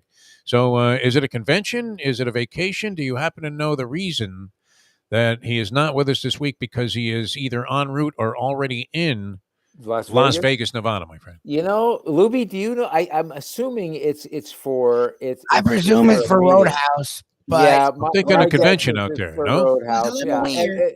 I was like, "What's going on? You coming on this week?" He's like, "Vegas." I'm like, "What?" He started singing like he was Elvis. I mean, all of a sudden, he was doing a rendition of Blue Suede Shoes. This kid. That's okay because he has established such a great infrastructure of people that work for him and do all of the work at the Texas Roadhouses that he can go away for a while and not worry about what's going on, because the culture at Texas Roadhouse is always considered, by the way, for people who want to know about, you always see like the Wall Street Journal, New York Times, Washington Post, those periodicals will always list like the top rated businesses in terms of how the worker bees, the employees feel about their bosses, feel about their jobs, and feel about their workplace. And always within the top 10 for restaurants, it's always Texas Roadhouse is always up there because they hire people who care about what they do. They treat them well. They pay them well. They train them well. And these people truly care about you when you walk in. When you walk into the Texas Roadhouse, we talk about the food all the time. And Lubie, you can attest to it. I can. And Jeff, you can too. When you walk in, it doesn't matter if you're Jeff DeForest, Tony Segreto, or Mike Lubitz, or, Joe Bag of Donuts. They're going to treat you the same. They're going to treat you with respect. They're going to make you feel welcome. They're going to make you feel warm and homey. And they're going to steer you the right way to what you want to eat. And then when you do eat, or get that cold drink, that cold beer, coldest beer in town, you're not going to be getting anything but the best food you could possibly get at a low price. And with prices skyrocketing today, someone sent me a cartoon the other day of two guys at a gas station. One guy was pumping the gas and he says to the other guy, "Can I help you?" And the other guy goes, "No, I'm just looking right now." Window shopping. There was actually an allusion to this in my New York Post today where some of these food items are just going out of bounds. Texas Roadhouse will not give you a sticker shock. Best steak you can get for the price. The best the bread is out of sight. The rest of the food is out of sight. You can go there by yourself. You can go there with your family. You can go there, with a date. Whatever you want to do, it's a place to go where you're going to feel comfortable and you're going to have a great meal, a great time, great energy at a low price. And this isn't something that's cheating. We're not scrimping anything. 99% of what you get at Texas Roadhouse, it's made there. Trust us when we tell you, all three of us. Go there. Try it if you haven't. And if you have, go back again. Yeah, it's worth it. Well, it's great. I mean, keeping prices down the feds can't even figure this out. They're going to raise interest rates to try and get everybody to, have a little more money in their pocket somehow. Here's a burger in New York, and they're talking about how main courses, are just skyrocketing at restaurants. This burger is now $38 at the Minetta Tavern. One of the city's most sought-after burgers is becoming a luxury item, it says. They have a steak here. Well, how do you pronounce that? Wagyu? Is that the brand of meat that everybody says Wagyu, so great? Yeah. All right, so this steak was $72, now $115 for just a steak. That's a la carte, not even a thing of parsley, nothing. No garnish. Tony Segreto. Yeah, I remember my daughter was coming home. This was about 4 months ago, and she was in LaGuardia, and her plane was delayed like, I don't know, 3 or 4 times. And I said, why don't you get something to eat? And she goes, Dad, I'm at LaGuardia. Yeah. $25 for an English muffin or a bagel. A couple of eggs. I was there. I was at LaGuardia just recently on my way to Rome. It's crazy. It's absolutely insane. No, it is. It's insane. And that's why you got to go to Texas Roadhouse, because it's not like that at all. No, I mean, on Father's Day, on Sunday, I mean, Father's Day, even if you were going to grill some steaks, it'd be worth it to just pick them up there and save the money and the grief. Go to their website, the butcher shop, and have them sent to you. I am telling you, it is the way to go. It is the way to go. They are special. They are. The people, I know you all think it's too good to be true. Oh, he's just pounding it home. No, the place is amazing. Try it. If you don't like it, then yell at me. You can come out and yell at me. Find out how Ed's doing in Vegas too. I always have a curiosity about people. You hate to think that the guy's suffered an early burial there, and now is going to have to find his way out betting hockey. Speaking of early burials, how did you do in the Belmont? Because I got buried there too. I didn't do well. You know what? We had the winner, Mo Donegal, on a ticket. We didn't really like the betting options in the race. Yeah, it was Skippy, though, my dog, came through and ran a very gritty third, out-dueling another horse through the stretch to get the bob for third, and that made the trifecta at least a reasonable payoff. Interestingly, they always talk about the bettors being the sharpest in New York. They did make Mo Donegal the favorite for that race, in spite of the fact that everybody thought, all of our experts, that this horse, We the People, was going to take the lead and never look back, because a lot of front runners went unchallenged at 1.5 miles, surprisingly. But I ended up the Triple Crown. I made like $100 altogether on the 3 races. So Me that too. was that. That was about that was about it, because I had Skippy Longstock. A wash. Skippy Longstocking, Yeah, I had Skippy in about 3 of my trifectas, and because I believed in the horse. Yeah. And there were a couple others, but man, I just didn't. I wasn't Pletcher. I mean, once again, Todd Pletcher rules New York, and that Mike Rapoli is kind of an interesting story. He was involved with what I thought was going to be just a brick of a product, and that was vitamin water, which I don't see anybody drinking that anymore. I don't even know if they make it anymore. It was popular for a while, and the guy made billions selling this thing, which he started, I guess, from scratch, and got into the horse business big, and very popular owner, Mike Rapoli, from Queens, New York. So it was a big thing for him to win the Belmont. But it was interesting all the way through. All right, more with Tony Segreto coming up in just a moment. Yes, real quick. I see Julian said there's no Texas Roadhouse. He wrote it to us. There's no Texas Roadhouse in New York City. I don't think there is one in Manhattan, but there is one outside of Manhattan. I would think Long Island somewhere. Westchester. So you may want to look in. Anyone needs a Roadhouse in New York. The prices there must be insane. The prices are lower than Tad's Steakhouse when you could get that rubber band steak for $2.95, man. Jeez. And you were tempted to do it because you were looking in the window there and they had all the steaks on the grill, and you're like, wow, I want one of those. No, you don't. Can I get it with a knish down at the corner? All right, back with more in a moment. More old school with Tony Segreto. Lots to talk about here. I believe, yes, you are a diehard Yankee fan, are you not? At one time. Oh my God! You and Bucky Dent are like having dinner together every other night. At one time, I'm still a diehard Yankee fan. I just heard from Bucky. I'd like 5 minutes ago, just before I went on. All right. Well, hang in there. We'll get that story in a moment with Tony Segreto as we return. Now that The time. It's 8:30. Ponies in Style at Champions, the outstanding simulcasting room at beautiful Hialeah Park. Yes, the grand old lady of thoroughbred racing has never been more vibrant, and you can wager on the races from the top tracks around the country while enjoying a cocktail at the Brass Rail Bar or any of the fine food served throughout the facility. If poker is your game, you're covered in style, and you can play all your favorite Vegas-style games, including blackjack, craps, and roulette, in Hialeah Park's sizzling hot casino. Get a player's card when you walk through the door for all kinds of generous amenities, including our favorite, free play, when you come out to the ultimate casino and entertainment destination, Hialeah Park. Hey folks, Tony Segreto here. You know, since day one, Catholic Health Services has been part of Old School. And since we've started letting people know about them, it's changed their lives. You see, Catholic Health Services, while being recognized as one of the top places for stroke rehab in the country, it's also about a group of people who not just excel in what they do, from the doctors to the nurses to the therapist, on and on and on. It's how they do what they do every single day that separates them from the pack. They do it with a passion, unmatched, and the inclusion of family in every step of the process.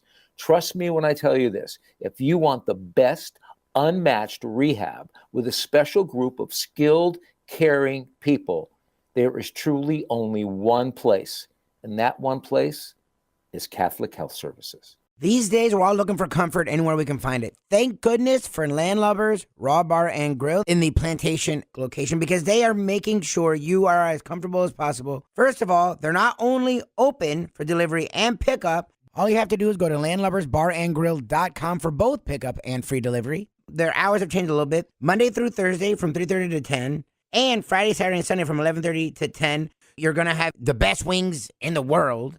You're going to have a great burger. You're going to have their amazing soups. Again, Landlubbers, Raw Bar and Grill. It's nice and easy. Just go to landlubbersbarandgrill.com for both your pickup and free delivery. Thank goodness for Landlubbers for making you always feel right at home. Why is it necessary? I mean, it's cliche at this point to put the guy out there on the edge of the pier and be reporting. I couldn't agree with you more. You're so not wrong. I remember so many times Bo Camper himself, because he's a big dude, holding onto a tree and like, yep, Yes. I'm here, I'm out here. Yeah. And it's like, Jesus, Right. Kim. We would. Did you ever get assigned to that? I mean, you never had to stoop to that, did you? He said Well, no. the only first of all, let me tell you something. When Weaver was punching away, part of those punches were mine because He was sending cash out to the dog track in Oh, between yeah. news shifts and Oh, then yeah, he reporting was- on the affairs of the world. Nice, Tony. he was I like that. he would come into my office and he goes, "Hey, Hyde is running tonight." Hyde was a great dog. And I go, "Really?" I said, "What are the odds?" He said, "Well, we got to put some dough on it." So I gave him some money for Kai. Then I saw some, I look at the odds, and my parents were going, and he'd hook up with my parents, and they'd be betting on the dogs. It was absolutely great. Defo and Lubie always have a blast kicking it old school with the iconic Tony Segreto. Brought to you by Catholic Health Services and Texas Roadhouse. Like, I feel like the side of Segreto he shows on this show, he tried to hide for like 40 years. Yeah. And he tries to hide it every time, and he sort of blushes. And we that's our favorite side of Segreto, so we just sort of horn in on it. The sick degenerate side, yes. Yeah. That he was sending with the weatherman, the degenerate weatherman, Bob Weaver. He I was a miss great that. guy. I mean, he was one of those guys that you meet, and they made you feel good right away, like he had been a lifetime friend, and was always a kick. And you'll find it surprising that I would run into Weaver quite frequently at the dog track there. Exactly. And I may have even, speaking of Texas Roadhouse steaks, I think I remember having a big piece of prime rib one night with Tony Segreto and Bob Weaver and Ken Malden We did. at the Biscayne I Kennel was wondering Club. why you never brought that up. We did. I think I We remember absolutely that, but then the other day, I was thinking that I was at the, one of the big races for 3-year-old fillies is the Acorn. Well, I guess it's 2-year-old fillies. I don't know, whatever it is. But I remember a horse called Shoe V won the Acorn, and I think I was there that day. And then it hit me right after that did Shoe V ever win the Acorn? So, and if she didn't, then was I there? I mean, this is how you think now. Your whole thought process is, discombobulated by old age. But I have a great podcast for you then. yeah, There's a I don't know if you're a book reader or not. I love Malcolm Gladwell. I mean, I love his books. No, I know you're a big Gladwell guy. No, the only reading I do is the New York Post sports section. That's it. But I read that too. But and I read the Wall Street Journal every day, and I read the Post. I read them online now. But he does. He has a podcast, remarkable podcast. It's called Revisionist History, and I'm going to send you the link. He does a 2-part series on memory. And he's got, and he uses the platform really is based on Brian Williams and what Brian Williams went through at NBC and the story he told, and then it goes into this whole thing about memory, and it's a remarkable 2-part series, and each one goes 20 minutes, so it's easy, on your walk of life you can easily listen to it. No, I shut out on everything on the walk of life. I just listen to my own sick mind. And I try to get out of the syndrome of the myth of the Sisyphus, which is that, as soon as you get to the turning point, you're going to collapse. And you get to the halfway point on this walk of life, and you realize, I hate to use the French here, but fuck, I still have 2 miles to go. And it's just straight back in the heat. But I think it's sustaining me. It's keeping me alive. Now, on this memory thing, though, see, you were talking about women's golf, about a half hour ago on a show, Tony, and it took me this long to remember that the great women's golfer, Nancy Lopez, I was thinking, who is that great women's golfer? And I had Nancy, but I didn't have Lopez, and now, everything comes together. She was married to Ray Knight, and he scored that winning run there, in the Mets' big victory. It starts very slowly, and then it's kind of hanging out there, and sometimes it takes 24 hours to come up with a name now. Like a common name that you used to rattle off as a matter of routine, when you were doing your sportscasting. My wife and I will go, who is that so-and-so? Whether a television newscaster or a friend or whatever. Yeah. And we'll both sit there and think. And then, I don't know, could be 10 hours later, maybe at dinner. Man, you go, Ralph Rennick. One of us will just blurt out a name. Like, totally, we call them whammo moments. Like, what? That's who it was. It's not good, Tony. I mean, it's not a good development. All right. I wanted to get your thoughts on this because you're a red-blooded American through and through. And, this is interesting to me because I'm a big golf fan. I like watching golf, tournaments. I thought it was great. Last Sunday, you had some real late hole, fourth-round drama there in the back nine with Rory McIlroy, Justin Thomas, and Tony Finau, and they're all in the same group. And they're running 1-2, and, you had, a little juxtaposition there. I guess McIlroy came back, shot 62 on this course in Canada, and, he ended up winning the tournament. With just a tremendous shot on 17 that put him in a position where all he had to do was hit the green, which he did on 18, and he was going to win the tournament. But, these other guys were right in there, and now they go to the U.S. Open, and this LIV Tour started last week, and you had the whole controversy with Phil Mickelson and the idea of taking this Saudi money to help them. I don't know. I mean, what do you make of it? You're usually, not inclined to condemn people for making moves like this. I don't. You don't want to say the word condemn, but you get their perspective to a point. But it's like, how much more money do you need? Bingo. There you go. That's Lubie's theory. How much? What is it that the PGA is not giving you is it that much to where it's going to change your life? How many more planes do you need? How many more things do you need? I have great respect for Tiger Woods today. He turned down like $1 billion. He's a shot fighter at this point. I don't need it. I'm sticking with the PGA. This is where I was brought up, and I would not. Listen, I would not go, and I think that it will all come back at some point. And I'm pulling for these guys that play on the PGA. I am pulling for them and pulling for them and pulling for them. I'm struggling with all of this.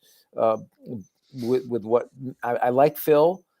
He's popped off a little bit lately, Yeah, and then like all of a Well, sudden, everything he says, I mean, he went rogue, and he's coming then, up like Rudy Giuliani. I mean, this guy at press conferences. wow. Have you watched some of that? Of some of the course, hearings? yeah. I mean, but Oh my goodness! it's disgusting to me, the whole idea that this Wow. guy has gone on, and there's a good chance this guy comes back and is president again. It's amazing. Well, anyway, back to the LIV Tour. Back, oh gee, back to the LIV Tour. I am. All I can say is I am really pulling for our PGA guys. I respect them for staying with the PGA.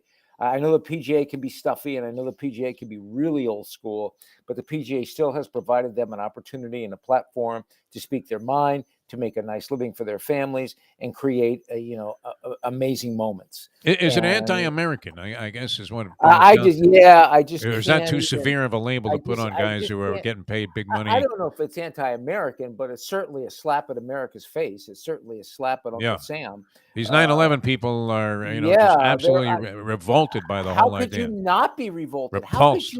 How could you not be? And how could you not be revolted every time you go to the gas pump and you're seeing prices? Yep. Yeah. I'm trying to decide where to pick my poison. I go, okay, should I get when I'm at a half a tank of gas left, should I get it filled in? So my sticker price is only $40 instead of $85, Yeah. Are you doing a lot of driving around there in the Jeep in Vermont? I mean, what's going on? I mean, we do. Yeah, I mean, because it's far just to get like a thing of milk, unless you have your own cow. Exactly. We're 20 minutes away from pretty much everything. 20. All right. Minutes. But are there gas stations there? I mean, no gas stations. I dig, and then whatever comes out of the ground, I put in the tank. You sound like my cousins, like what? You're out there in the sticks, Tone. I mean, I gotta say, we get a kick out of it. They'll call me when I'm in Florida. They'll call me and go, do you guys have Panera bread? You have bread, period. I mean, that would be bread, exactly. The other part of that argument. Yes. We have all of that. We know you wouldn't sell your soul, though, to the devil, in a matter of conscience. No. Here's the other side of it, I guess. You're sort of a washed-up European guy that had a good career, maybe even bordering on excellent in a lot of cases, or these South Africans, that are part of the whole thing, and I mean, maybe to you it doesn't mean as much. I don't know, but somebody waves $200 million in front of you just for showing up, and then they're asking you to play in. I don't know. Are you compelled to play in all the events? Some of these guys got on board and got big money, like DeChambeau and Patrick Reed.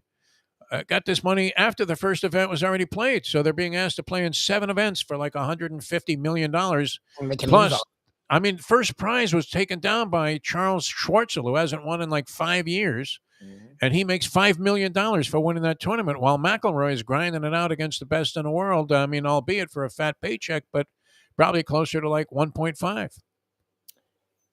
I just... it's the lure. It's the lure of the dollar, or the lure of your integrity, and the lure of your loyalty. Be like the Rolling Stones selling their catalog so that all of their songs could be used in commercials. Yeah, for like that's a great analogy. Car care or something. All of a sudden, analogy. Chris Berman has got Light My Fire in the background because the door's out. Yeah. Listen, I got to tell you, I text Chris all the time. I go, if I said you're on TV more now doing Safe Light or whatever it is. I said you're doing car care. I mean, than you were when you were on the air. But what credibility is there, Tony? I mean, you couldn't do this. I know you would never take this ad. Do you really think that Ice-T or Ice Cube or whichever ice guy it is has a garage full of Bentleys and he's having mechanics take care of him by using the insurance he has with car care? Yeah. All right.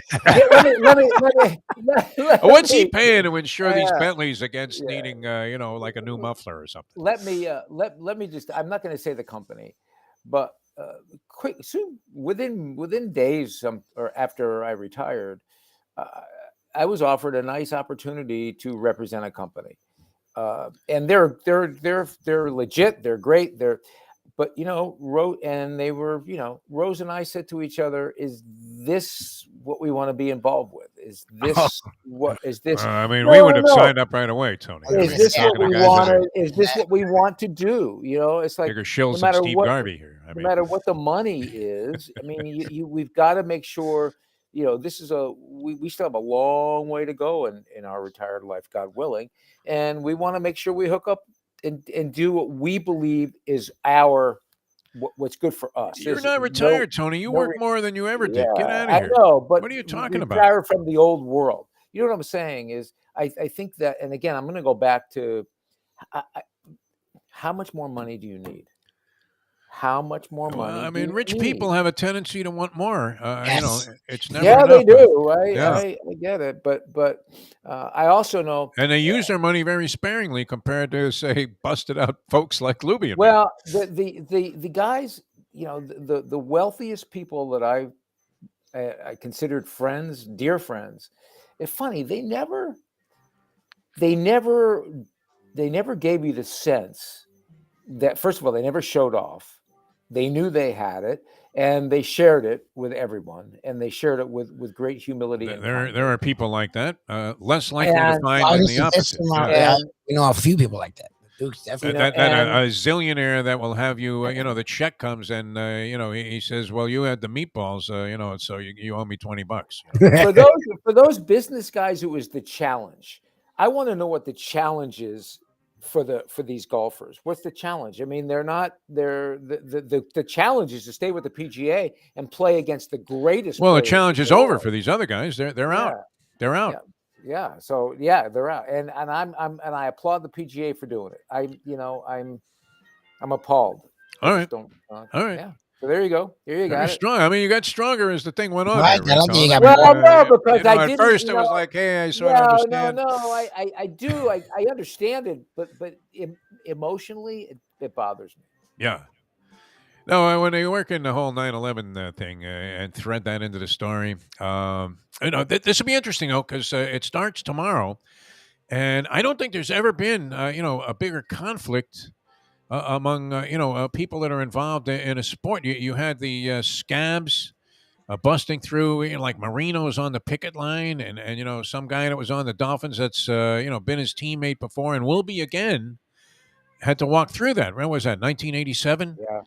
And you know that has to be really awkward, you know, to you know be either side of that, right? Where on one hand you're looking at, you know, one of your teammates that you're probably friendly with and hung out with their family, and then all of a sudden because you're on opposite sides of a, you know, sort of a political issue in the game, or you know, or in this case a labor issue, you know, you're looking at the guy and going, hey, you're an asshole. What a scab, you know? You're going to go in there and play? What kind of jerk are you? Don't ever talk to me again. Lose my number. Right. And then a few weeks later, they're all playing together to try and make the playoffs and you know, win a championship. Yeah, no, I totally. How many do you know? I'm trying to remember the number of players that left the PGA to go to the. I think like all together there are like 20. I believe is the number. Yeah. 20, which a lot of them, like I said, were European players who you know still were, you know, contentious for a round or two, or maybe even all the way through a tournament, but really had seen their best days were behind them. They were in their 40s, and you know, so basically, I mean, it's an elaborate seniors tour, basically. Well, I mean, it's just a you know a cash out for what you've done in the past, you know, which is great, and you don't have to do anything necessarily in the future to, you know, justify, you know, or make, you know, grind out whatever money it is that you're going to make, you know, and then a lot of sponsorship money, obviously. You know, went up in smoke when these guys made this decision. But, yeah, I'm with you. I mean, such ugliness. I'm very curious to see how this goes because there rarely is hostility out there.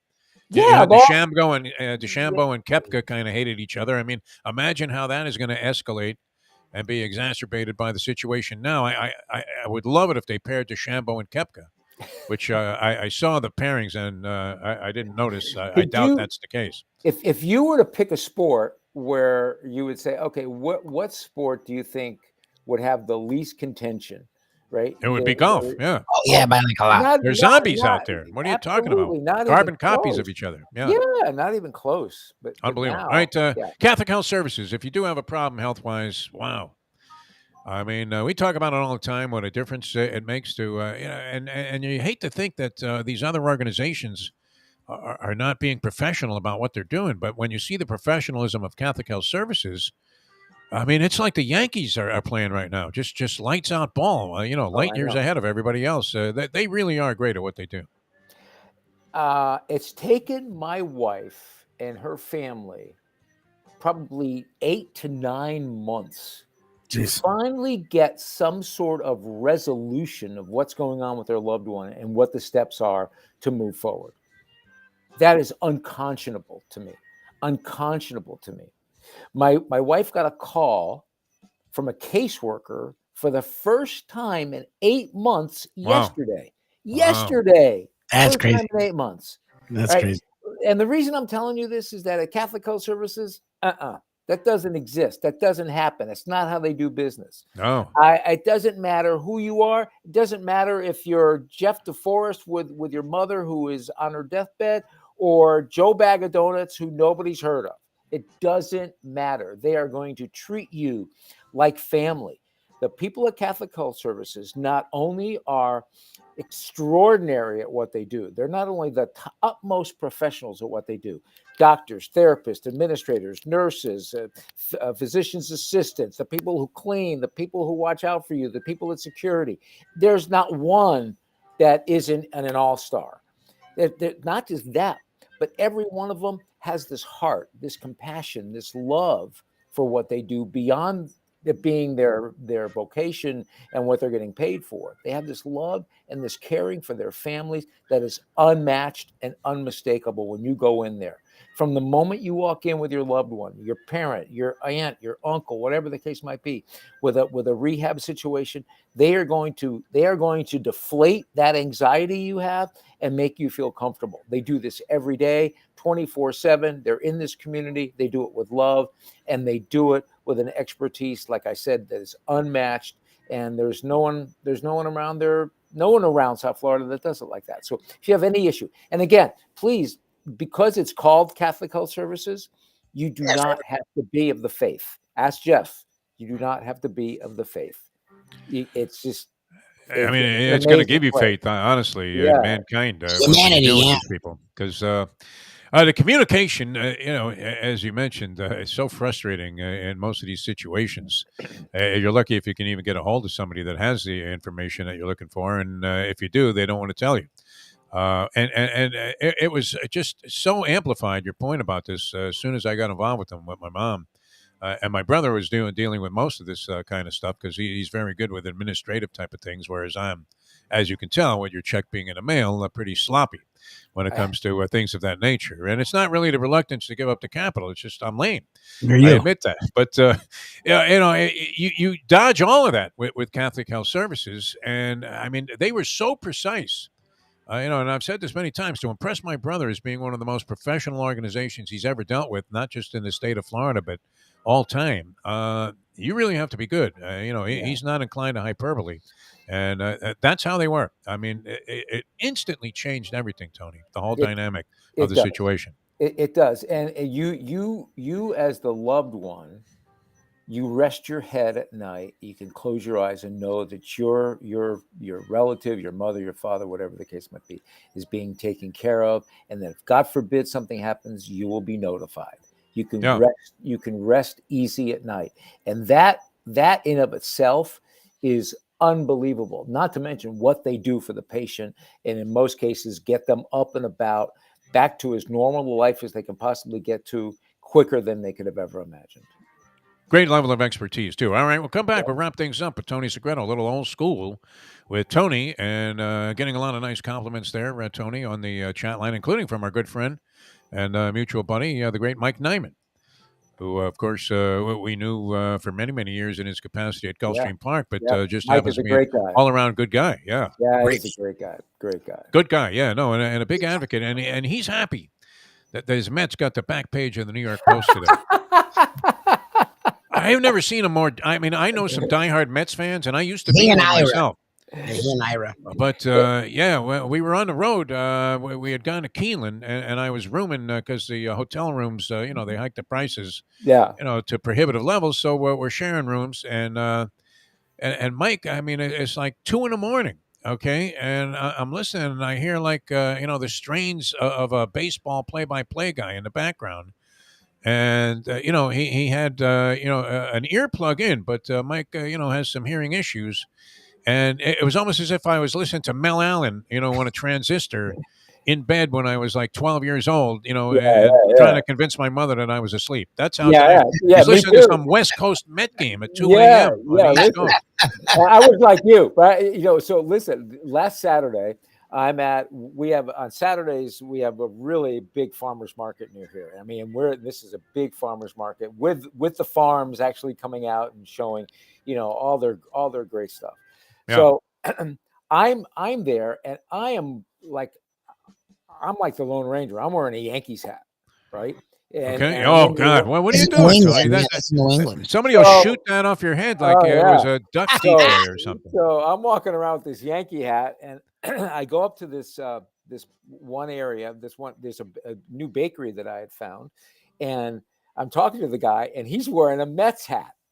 Oh wow, that's rare. And I looked, and he owns this bakery in town. I go, you do realize that we are the Lone Rangers here? Yeah. He goes, oh yeah. He goes, not many people wear New York stuff around here. I go, yeah, but I'm a Yankee fan. He goes, oh, I've been a Met fan since I was a kid. The whole Ed Crane pool, the whole, we went through this whole deal. So that NY, it's like the Scarlet Letters. All right, we'll come back, wrap things up with Tony in just a moment. Words from our fine sponsors here on the Defo Show on South Florida Live, Lubie's new network. Lubie hasn't, issued any of the legal material yet that he started his new network with. And I don't think my name or yours was mentioned. All right, back with more in a moment. Now that means you're responsible for all litigation too, Lubie. There you go. It's 8:56. Folks, Tony Segreto here. Let me ask you a question. What do you look for when you go out to eat? Good food, obviously, friendly atmosphere, not too loud, but good energy, reasonable prices, and a place where you feel comfortable. All those ingredients, no pun meant there, are hard to find unless you're talking about the Texas Roadhouse. You see, they encompass all of those attributes. Really, really good food, amazing atmosphere, good for a family, good for a date, or just a night out for yourself, and prices that will make you extremely happy. Their ribs unmatched, steaks hand-cut every day. Everything, and I mean everything, is made on site, including their incredible bread. It's the one day, folks, that you can forget about low-carb diets. Trust me when I tell you, Texas Roadhouse, your restaurant, your destination when you say, where should we go and eat tonight? From the newly renovated sports bar to the beautiful bayside views captured at the Tiki Bar, Jimmy Johnson's Big Chill has it all. Located at mile marker 104, the Big Chill also offers waterfront dining while experiencing breathtaking sunset views of the Florida Keys. It's simply the hottest spot in the Keys to cool off. That's Jimmy Johnson's Big Chill at mile marker 104 in Key Largo. For more information, call today at 305-453-9066. Recently, we realized it's not just hurricane season that can hurt us. Any time of year, things can happen to your home or business. And the insurance company can be your friend, but they also can be your enemy. Horizon Public Adjusters, Justina Testa, are here for you to help this process go so much easier. Before you call the insurance company, call Horizon Public Adjusters and Justina Testa at 954-809-8752. Would you go into court without an attorney? So why would you go up against an insurance company without Horizon Public Adjusters and Justina Testa? 7 to 10 times more money recovered with a public adjuster than if you went on your own. If there's no recovery, there's no fee. Give them a call at 954-809-8752. Why go up against insurance companies alone when you can have Horizon Public Adjusters and Justina Testa on your side? We've finally found some fulfillment here on this program as we're sending 2 families to professional wrestling, and we had that kid skip school to get the tickets to the Dolphin game. We feel like we're reaching a measure of distinction here. Now, there's no more distinguished guy in South Florida broadcasting history than the man who joins us next, and that is Tony Segreto. We go old school with Tony Segreto. He makes charitable work, his life work, so he's mocking us now for what we are proud of, our endeavor. I am not mocking. I am not. I'm not mocking you. I just don't even know how to respond to that because I would not have expected anything less than that kind of intro today. When I heard that gentleman win the tickets to the wrestling and that he's taking his children, I saw the wheels. I saw the comedy writer in Defoe's head, like trying to write as fast as he could just to figure out what's next. I have to write everything down now, Tony, because I can't remember my own name. It's written here on a sheet, the Defo show. We are now kicking it old school with the one and only Tony Segreto. Hey, can I say something here real quick? Sure, Tony. It's your hour, my friend. Yeah. You just brought back an amazing memory for me. I cannot tell you how many times I reflect on having that transistor radio under my pillow, listening to Mel Allen on WCBS There's radio. a fly ball in left field. No, he was great. And my mother coming in or my father coming in. Are you sleeping? Yep. You have school tomorrow. Yep. Oh, yep. You have school tomorrow. Yep. And you had one earplug if you tried to use that earplug, and it was a wire that would always, fray and break. But man, oh man, those are just. And that's why I still love, to this day, I love listening to baseball on the radio, especially with the really good announcers that paint the picture, that don't speak a lot but speak enough to let you know what's going on. What a day. And to this day, I'll listen to some old radio shows too, because that's what I was brought up with. So always like the medium. Imagine Mel Allen though with some screaming color man.